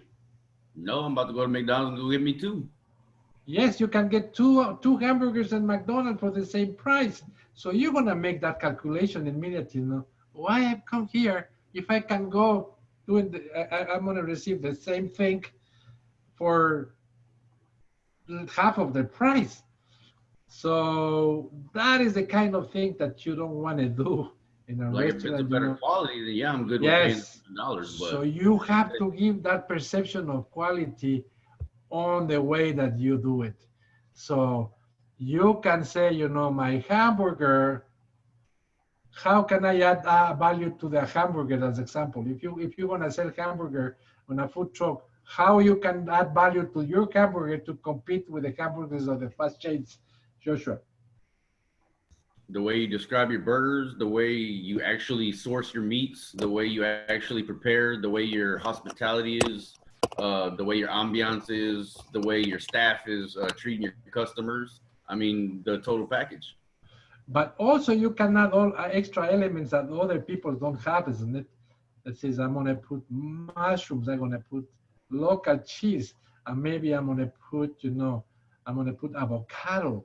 I'm gonna put things that normally a McDonald's hamburger they don't have, so I can compete with a product that is in the similar range, but I'm gonna add some quality on that, isn't it? So, and I have my special sauce that I put it over there. That kind of thing is what really is gonna attract your client to operate in that range, something that is special. It makes sense? Let's see, I love to go to, as example, that hamburger place, Top Notch, to get my hamburgers. Why I love Top Notch? Number one, they grill on charcoal, on wood. They use wood to grill their hamburgers. And the grill give that special flavor, the smokiness of that, the oaky flavor. It's almost like barbecues, and it is something like that. So that put a lot of value, Another thing, the meat it's more tasty. So there you are. The bread is a little better, and the one that they have, isn't it? And then they have these beautiful sides that the others they don't. So there you are. So you get a product that is on the same range, and all that, and you pay. I can pay a little more for that, no problem. So instead of pay $4, I pay $5.60 for the hamburger. But they give me those little extra things that they don't have. Great, and they compete. They're still in the market, and they are competing on the same range of McDonald's. And they are, how long they been on the this Top Notch in the market? 50 years, 40 it's years. It's been a long time. Something I'll like look that. it up. I'll look it up right now. Top Notch. It's very old, it's like a classic, here. And it's not a chain, it's a normal thing, but it's very popular because the product is excellent. It was since 1971. There you are. It's a lot of it's 40 years, guys. 40 years on the market.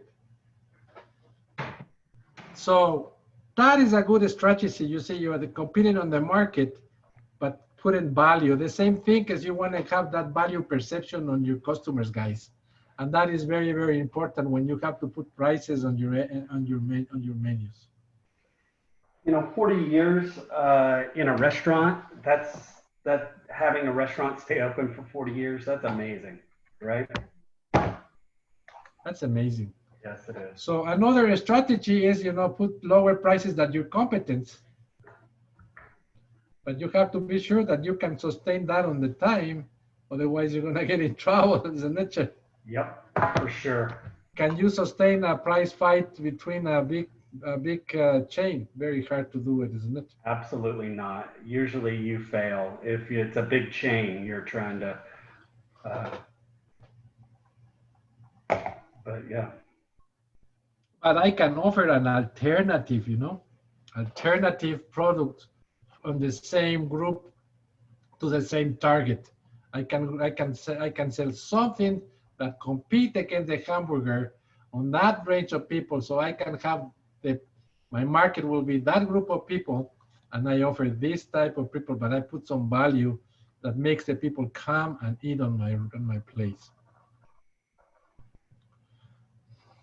So that is the strategy. When we put prices, guys, remember, don't put the numbers, the dollar signal, because that's not a good idea, because that hook the eyes of your customers to start looking from the price to the item, when that's not a good idea. So another thing, guys, the perception of value. If I put a hamburger for $14.99, what is my perception as a customer? That's going to be the best hamburger you've ever had. No, but let's see. If I put let's see, $7.99, and I put the $7.99, and you're watching $7.99. Shan. You're looking at the price and not the menu item. And, I mean, if you're gonna put $79.99, you might as well just put an 8 and drop the Exactly. So you want it's sign. exactly what you think. You know, at $7.99, they trying to let me know that it's not 8, isn't it? By putting $7.99, you're trying to trick me, telling me that it's not 8. That's my thought, isn't it? So instead of putting $7.99, guys, we try to use $7.65. If I put $7.65, I'm not tricking you, make you think that I'm putting that just because I don't want to get to the upper number. It makes sense? So we don't use it too much right now, the 99. But we can put 780 or 765. But don't get to 799 because the perception of the customer is that they put a 99 to not make me feel that it's $8. Chef, someone asked, could you explain that one more time? Yes. So when I have to go and strategize the prices from an item that I want to put it over there, I don't want to give the perception to the customers that I'm trying to, I'm playing with his mind. It makes sense? And that is the nice case of $7.99 or $8.99 or $10.99, whatever 99 we're putting over there. The term 99 make the guys watching and says they put it 99 because they don't want to get to the next number. So if I have $14.99, it's because they don't want me to look like it's 15. There you are. If I put $9.99, it's $10. Why don't you put $10 instead of $9.99? That's my thought, isn't that why they put $9.99? So just to trick me. But if I put $9.50, I eliminate that idea that I'm tricking with them. It's $9.50. Gotcha. Thank you. You get it, guys? Yes, they said it was clarified. Or Thank you. 960 is not 9.99. So I'm not tricking you. So it gives us more credibility in the way that we put the price.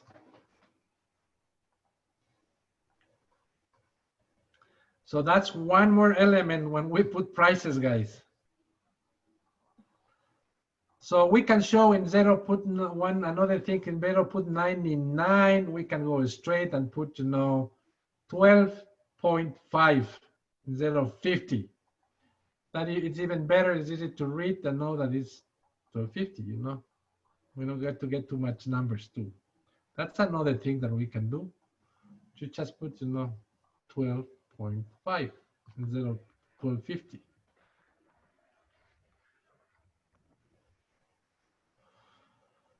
So another thing, guys, put the dots to the price. Is good or bad idea? Put the what by the price? The dots. Oh, the dots. Put the dots to the price to show the price. Is good or bad idea? Bad idea. Bad. Bad idea, isn't it? Because we are moving the eyes to that. Another bad idea is put it like line it, vertical, the dishes, one outside to the another, as a column. Marking columns it's not a good idea too. It's better to ubicate than blocks the food here and there instead of just column, because the way that we read, isn't it? If it's just one page, which we put attention here, and then we put attention here, and then we put attention here. So we have to be sure how we read it. Something like that is not a good idea. This is very old-fashioned, very American cafeteria. We don't use it anymore. So we can separate blocks. So this is more attractive than this, isn't it? And the way that I separate the blocks. What do you think, guys? The one on the right or the one on the left is better? Left. Yeah, the one on the left is immediately. You put the eyes, and in 10 seconds, you have the vision of what you have over there. They have appetizers, steaks, seafood, salad, and soups and sides. There you are. And they have a prefix menu. I can see that in 10 seconds. Here, I have to read the whole thing to see what is what. So that is very tricky. That's not a good idea, isn't it? So this is good also, you have small plates, but when I try to read what is it, these letters are not so good. So I have to I want to be sure that the explanations are put in letters that are really easy to read. Put attention to that, guys. So use line and boxes to put the dishes. Very nice. Like this, So what do you think will be that dish here, guys? What will be this dish here that they try to sell it?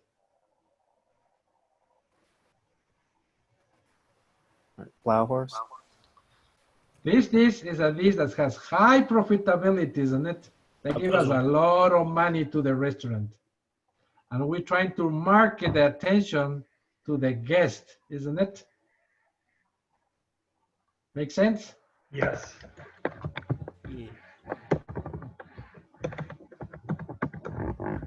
Guys, second thing, will you put the salads here down?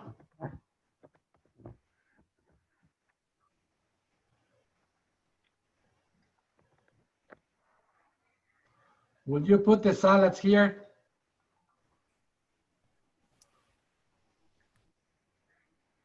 Someone said yes, chef. I think. Why? Why?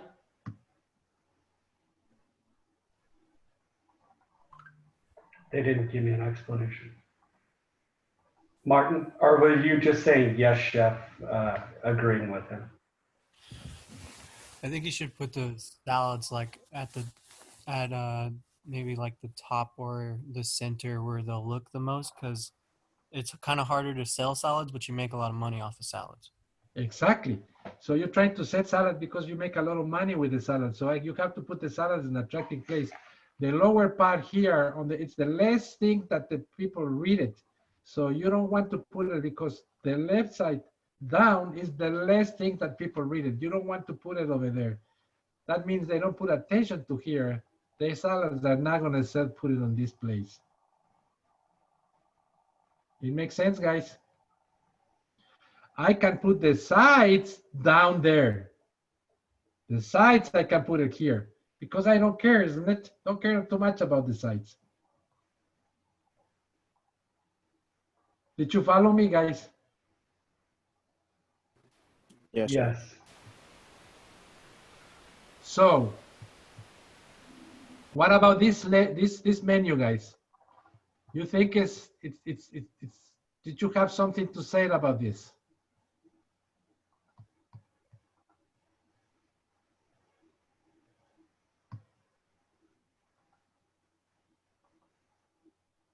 I want to hear your opinions.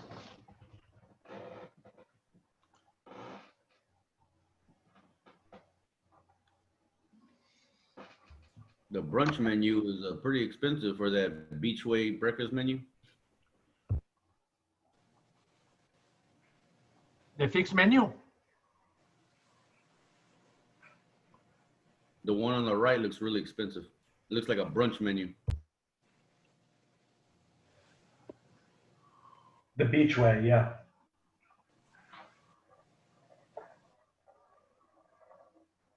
You're talking about the one on the center? Or which menu are you talking? I think he's talking about the breakfast menu. Yeah, the one on the right.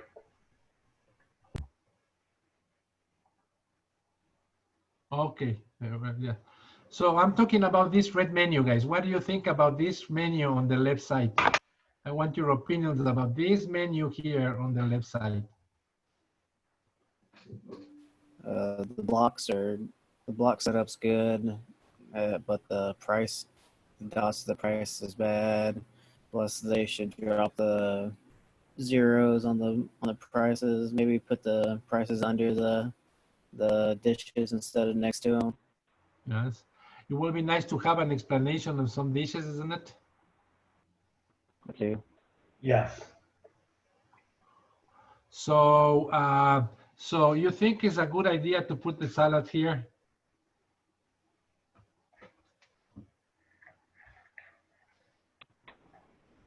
What do y'all think?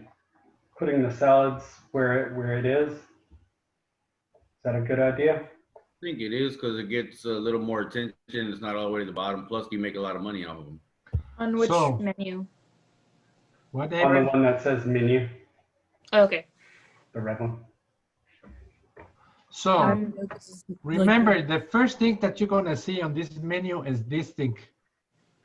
Your eyes gonna I think get they put here it on the first. wrong side.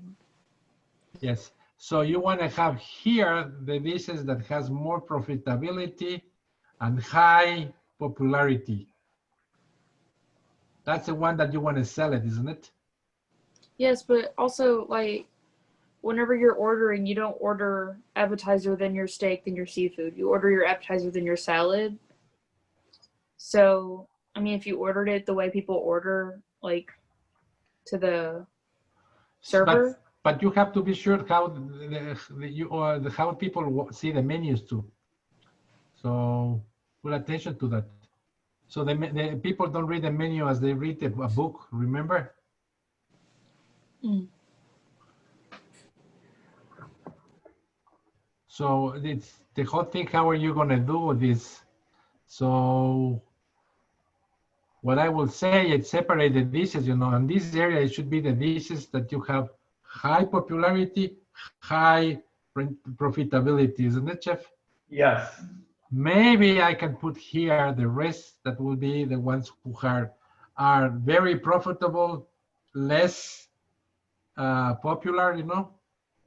And maybe I move it over here, the ones who are very popular and not so profitable. And I can those make a mix combos with the ones that are very, that I want them to move and get some money from them. And on the bottom here, I can put, you know, the sides, which is great, you know, but I will put the sides over here and maybe I can put, and this, you see that like here, there's no desserts. So probably have a dessert list on this restaurant. Don't you think so, Jeff? Yes, for sure. Dessert menu. So the fixed price menu, 3 course 45, if they want to really sell this, I will move it to this side. Or if they want to put it over there, maybe I can put that one down here on the bottom. It makes sense or not? Yes, it makes sense.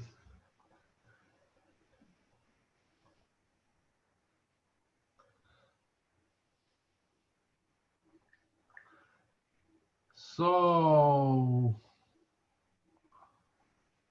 what do you think about this menu, guys?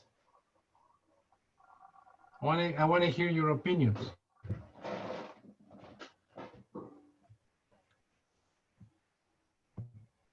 What do y'all think? Someone unmute yourself. So Avery, now you're there. Yes. You see where they put it, the appetizers? Yes. Not necessarily in the way that you were talking. But like to me, so if I were to go to this restaurant, the first thing I'm gonna order is an appetizer. So that would be the first thing I would put on the menu. It's like whenever you go to Chili's and they have their flip menus, the first page is like alcohol and then the second page is like appetizers. Like, I mean, you're probably right. 100%. You have much more experience than I do. But like in my mind, as I'm ordering, I say I want, this appetizer, then this salad. So what did they try to sell in this menu? Burgers. Different types of burgers. Yeah, so they know that you come for burgers, isn't it? But they want to get the attention to sell you the appetizers. Because if you see the menu, the first thing that you put attention is the appetizers. What do you think, guys? Richard? I honestly think that it's kind of in a sense, it's backwards. I understand you're definitely trying to sell us burgers, but what they should have done with this menu from a personal view is they should have kept sauces. They should have kept sauces and the sides on the side, but they should have took the intros, appetizers, and salads and put it on the other side, and then put the burgers above or with sauces and sides. That way, when you go in, if you want an appetizer, you can find out right then and there. Because most people will read left to right. When you go in and you want to see what you want, obviously I'm going to want a burger because I'm coming to a burger shop. So appetizers should actually be on the left. That way, if I want an appetizer, I can see it first. Good point. What do you think, Chef? It's a great point. Yeah, it is a great point. Yes, good job, my friend. Good job on that. Yeah, no, I agree. What do you think, Lauren? Lauren, are you there?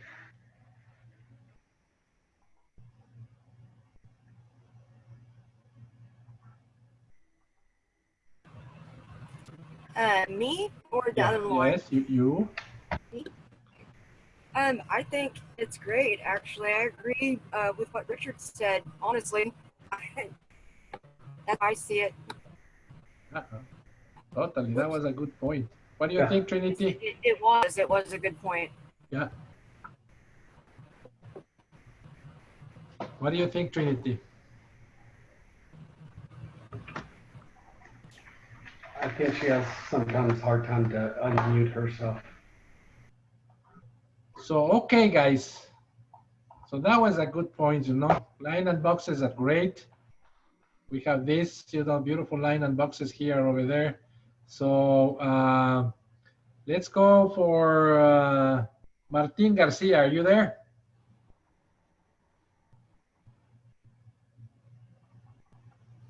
Yes, Chef. I'm just lagging a bit much. My screen just keeps on freezing. Okay, so let's go for Bella. Are you there, Bella? Yes, Chef, I'm here. Can you talk about this central menu? What do you think about this one that is a little different color? The one that is in the center. I like it. I think it's like nicer to look at than the other two on the outside. Yes. It's a little bit more simple and straight to the point. So what do you think is okay and what do you will take it out?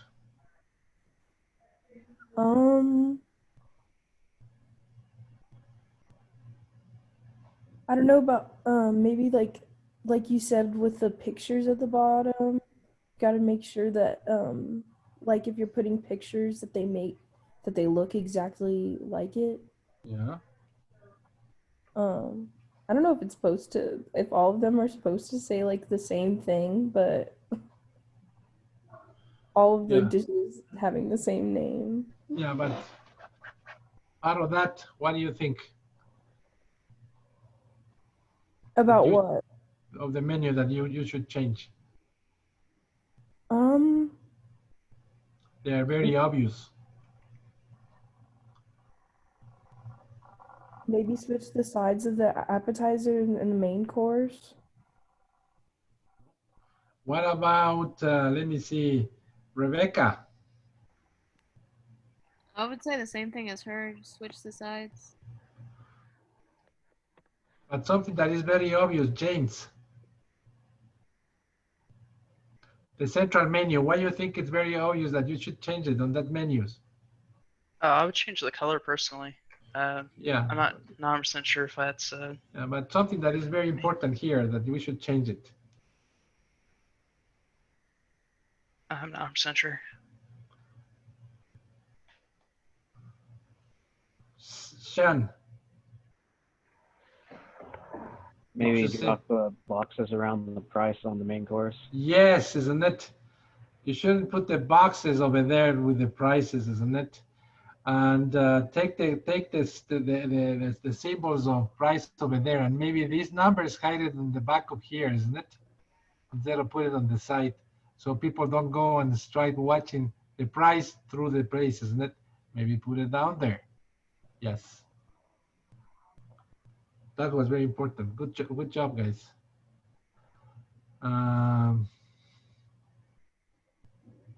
What about, let's go with Ashley. Are you there, Ashley? I'm here, yes. Ashley, what about this menu here? What do you think about this menu here, if you can see it? Ricardo's? The one on the right side. It looks fine. They did a good job not putting the dollars. Yes, that's a good job, yes. It's very clear to read, isn't it? And that's another good thing. Yes, it's clear.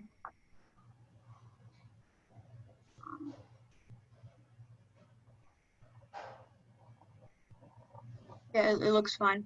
Like a good menu, yeah. You think it's a good menu? Somebody has an observation about this menu? The dots. The dots down there? Mm-hmm. You will take it out. Yeah, that's a good idea. Should every heading look the same? Sorry? Should every heading look the same? For example, desserts and drinks are different than sides, starters, and mains. Yeah, that's a good point. Yeah, good point. Everything should look the same, isn't it? So it's like this is one menu and this is another thing, isn't it? Yes. Yeah, good point. You should have the same kind of typology over there. Good attention. So yes, so all these guys, and then you can move with this thing and be sure how you get the attention of your best dishes that you want to sell, isn't it? And it's not just to put the dishes over there, but be sure where you put what you put it over there. Good job, guys. What will be cross-selling items? Who can tell me what is cross-selling items? What do we mean with that? Like when you go to McDonald's and like if you go for a burger, you're probably gonna get fries and like a combo meal. Yeah, exactly. we can induce the guest to buy something additional, isn't it? Yeah. That's what we're trying to do with cross-selling. Saying, you know, but the customers like this also with this additional thing. And we get the direction of attention of the guests to things that we really want to do. Yes. So what means a decoy dish? Who can tell me? What's a decoy dish? Anybody want to say what a decoy dish is?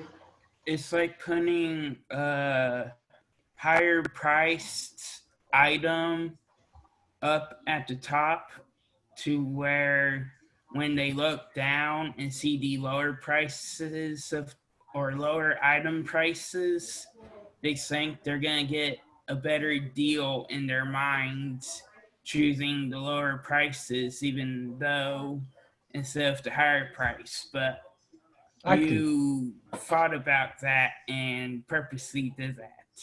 That's exactly what it is. Thank you so much, Christopher, for your explanation. So we do a lot of decoy dishes to put it on, you know, especially when you're trying to get, you know, move our menu, give the perception that you get a bargain, isn't it? There you are. So, and we want to be sure that we have versatility in our menu, so we can use the products not only in one way but in many ways, isn't it? What is the purpose of that, Joshua? So we can make a lot of profit in our restaurants, and I mean, just to be versatile. I mean, it means a lot to the customers, so they don't always, you know, have the same things on the menu, and they don't get tired of the menu. But also means what I respect with the items that you're buying. What do you mean? So what that means also that we want to be sure that we want to be sure that when we have proteins and things that we're going to sell it, we want to sell it one way or another, isn't it? We want to be sure that we sell it one way or another. If I have chicken, maybe I can have chicken in at least two ways, so we can be sure that I sell the chickens. Oh yeah, like yeah, like you want to have, like, let's say you have like you said, chicken, or you know, whatever kind of proteins you have. You know, you don't want it just for one dish. You want it for, you know, this your main dish, and it could be for another dish, and it could be for, let's say, 4 different dishes. But you have, you know, one thing that, let's just say you have one good thing on your menu and that doesn't sell. You can still, you know, use that protein for other things and not let that go to waste, so you have a whole bunch of waste at the end of the day. That's exactly what it is. So, and we want to be sure that we're very through with the law, isn't it? That's very important. If we say that something is like that, it should be like that. You cannot lie about something, isn't it? We can have trouble doing that. So yes, so, and the last thing is stay with the trends means that you have to be sure that we also watch the market and we see what are the customers, where the food is going to in the future, and we have to be sure that we point in the same direction so we don't lose our customers. It makes sense? So how they perceive, you know, the food, the responsibility of the owners and the responsibility of the business, and how we then, and be sure, guys, that the food is fashionable all the time. It's fashionable, so it's those trends are changing. Depends on the circumstances of the people, how they perceive the food. So that's right now a huge movement of natural, you know, save the planet and all these things, and we should be according with that. Guys, I hope you enjoy it, guys, with this thing, you know. I hope you enjoy it. And I hope you learn something, and now you have a better idea of how to make decisions, you know. So, Timothy, what would be a decision paralysis? What is a decision paralysis?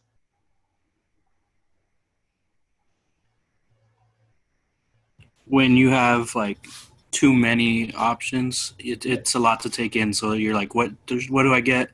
Yes. Exactly. And then you're just frozen, so you don't know what to get. Exactly. So you just want to be sure that it doesn't happen on your restaurant, you know.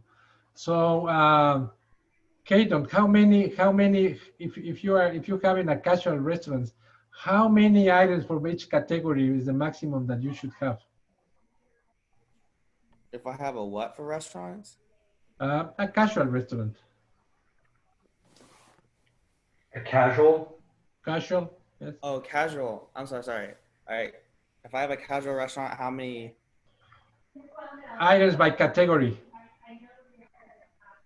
I can't understand what you're saying. How many items by category you should have? In category, do you have? How many items? How many items would you want in a category? Oh, I was 5 items for starters, 7 for main entree, and 5 for desserts. Yeah, so that can be good, isn't it? But if you get to a more popular casual, maximum 6 by category, isn't it? More than 6 people don't like to read. So 6 for category is the maximum. If you have a more fine restaurant, you can put 7 by category in main dishes.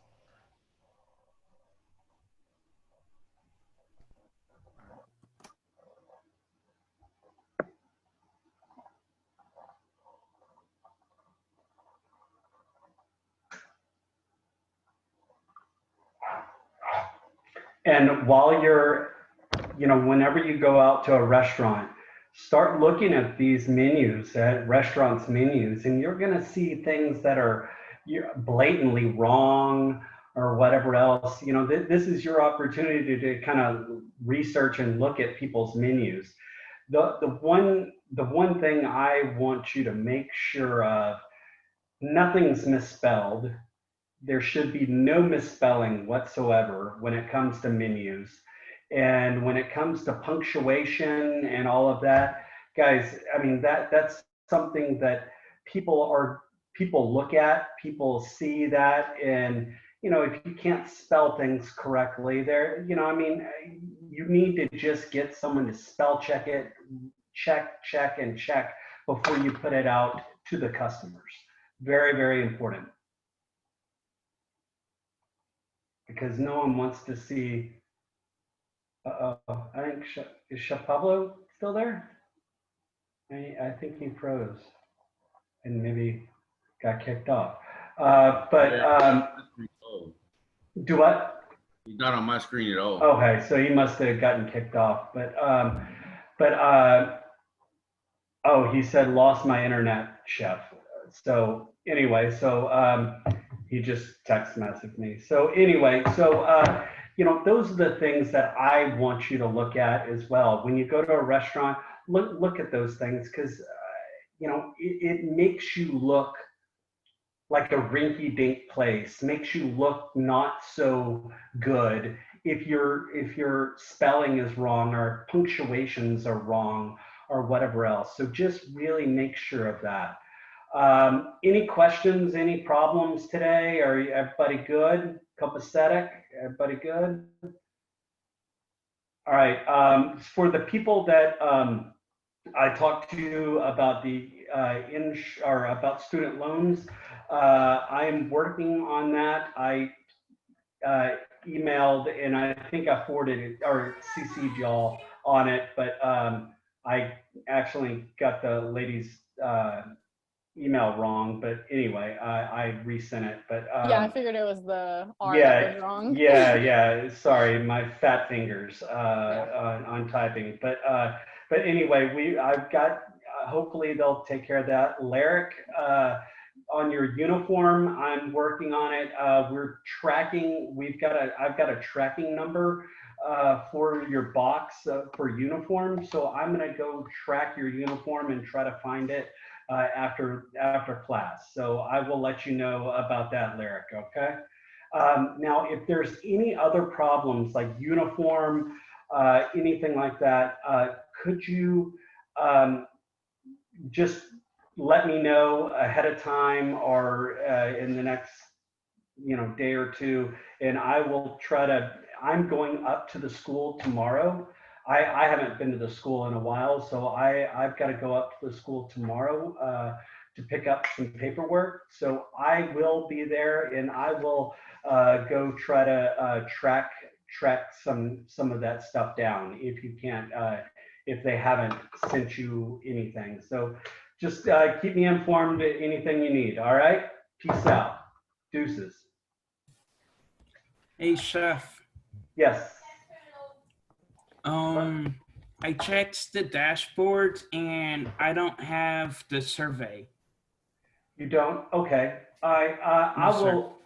I will look. I will look and see, and if it's not on there, I will try to get it put on there. Okay. Okay, thank you, Chef. All right, no problem. Y'all have a great day. Have a nice day. Have a great day. You as well, guys. I also had a question for you, Chef. So Oh, yes, of course. I missed class Oh, hey, yesterday. Chef Pablo. Sorry. How to make up for that? Okay, so what you can do is you can get on to the on the portal, watch the video, and then email me or text message me and let me know that you've watched the video, and just tell me what day it is, because when people say, hey, I watched this video because I was absent, I don't know what day. So just tell me like the actual day of what day you're making up or what day you're watching or what not. But just email or text me that, and I'll take care of it. Okay, awesome. Thank you. I also was going to let you know that I got a uniform, but it was in the wrong size. So they told me that the only time that I could swap the uniform was on Tuesday from 11:30 to 1:30. So I was going to run that by y'all and see if how I should proceed with that, because that directly conflicts with the class. With class, yeah. Don't worry, go and do it. Yeah, Go just do go. that? Yeah, go ahead and do that. That's fine. Okay, so I'll do that next Tuesday then. Yes. So what is we're going to do? Make a little a page, a little page explaining, this is what was about this class, and this is what was there. A little resume that we know that you watched the whole video. Okay. Yes. And that's it. And we put it. Great. Awesome. Thank you so much. Joshua, are you okay? Yeah, I was just gonna say I was gonna go ahead and send y'all when I'm finished with the mission statement and everything, and go ahead and Oh, send yeah. y'all the concept and all that. And were y'all gonna go ahead and get back to me and let me know how that one was? Yes, we always send a little feedback about that. Yes. All right, thank you, Jeff. Y'all have a good day. You're Hey, you welcome. too. I have a quick question as well. Of course. yes. I just recently found out that we're supposed to be doing the class discussion, and I just now found out where they were. Is it going to kill me for missing 2 of them? No. Okay. It's better if you participate. Yes. Okay. Because I was like, I couldn't find them because I knew it existed. I just couldn't find it on dashboard. And then I just found it today, and I was like, crap. That's fine. Well, I'm glad you found it. So it's easy to talk about the things that we've been talking, isn't it? Yeah. I was like reading through it, and I was like, oh, yeah, this makes a lot more sense. Yeah. Okay. Thank you. Have a nice All day. right, you're folks. welcome. You as well. You okay, Abrin? I think so. Abrin. Okay, Chef. Sorry for that. All right. Oh, I no lost the internet. problem. No problem. You have a great day, and I will see you tomorrow. That was a great class. See you tomorrow, Chef. See you tomorrow.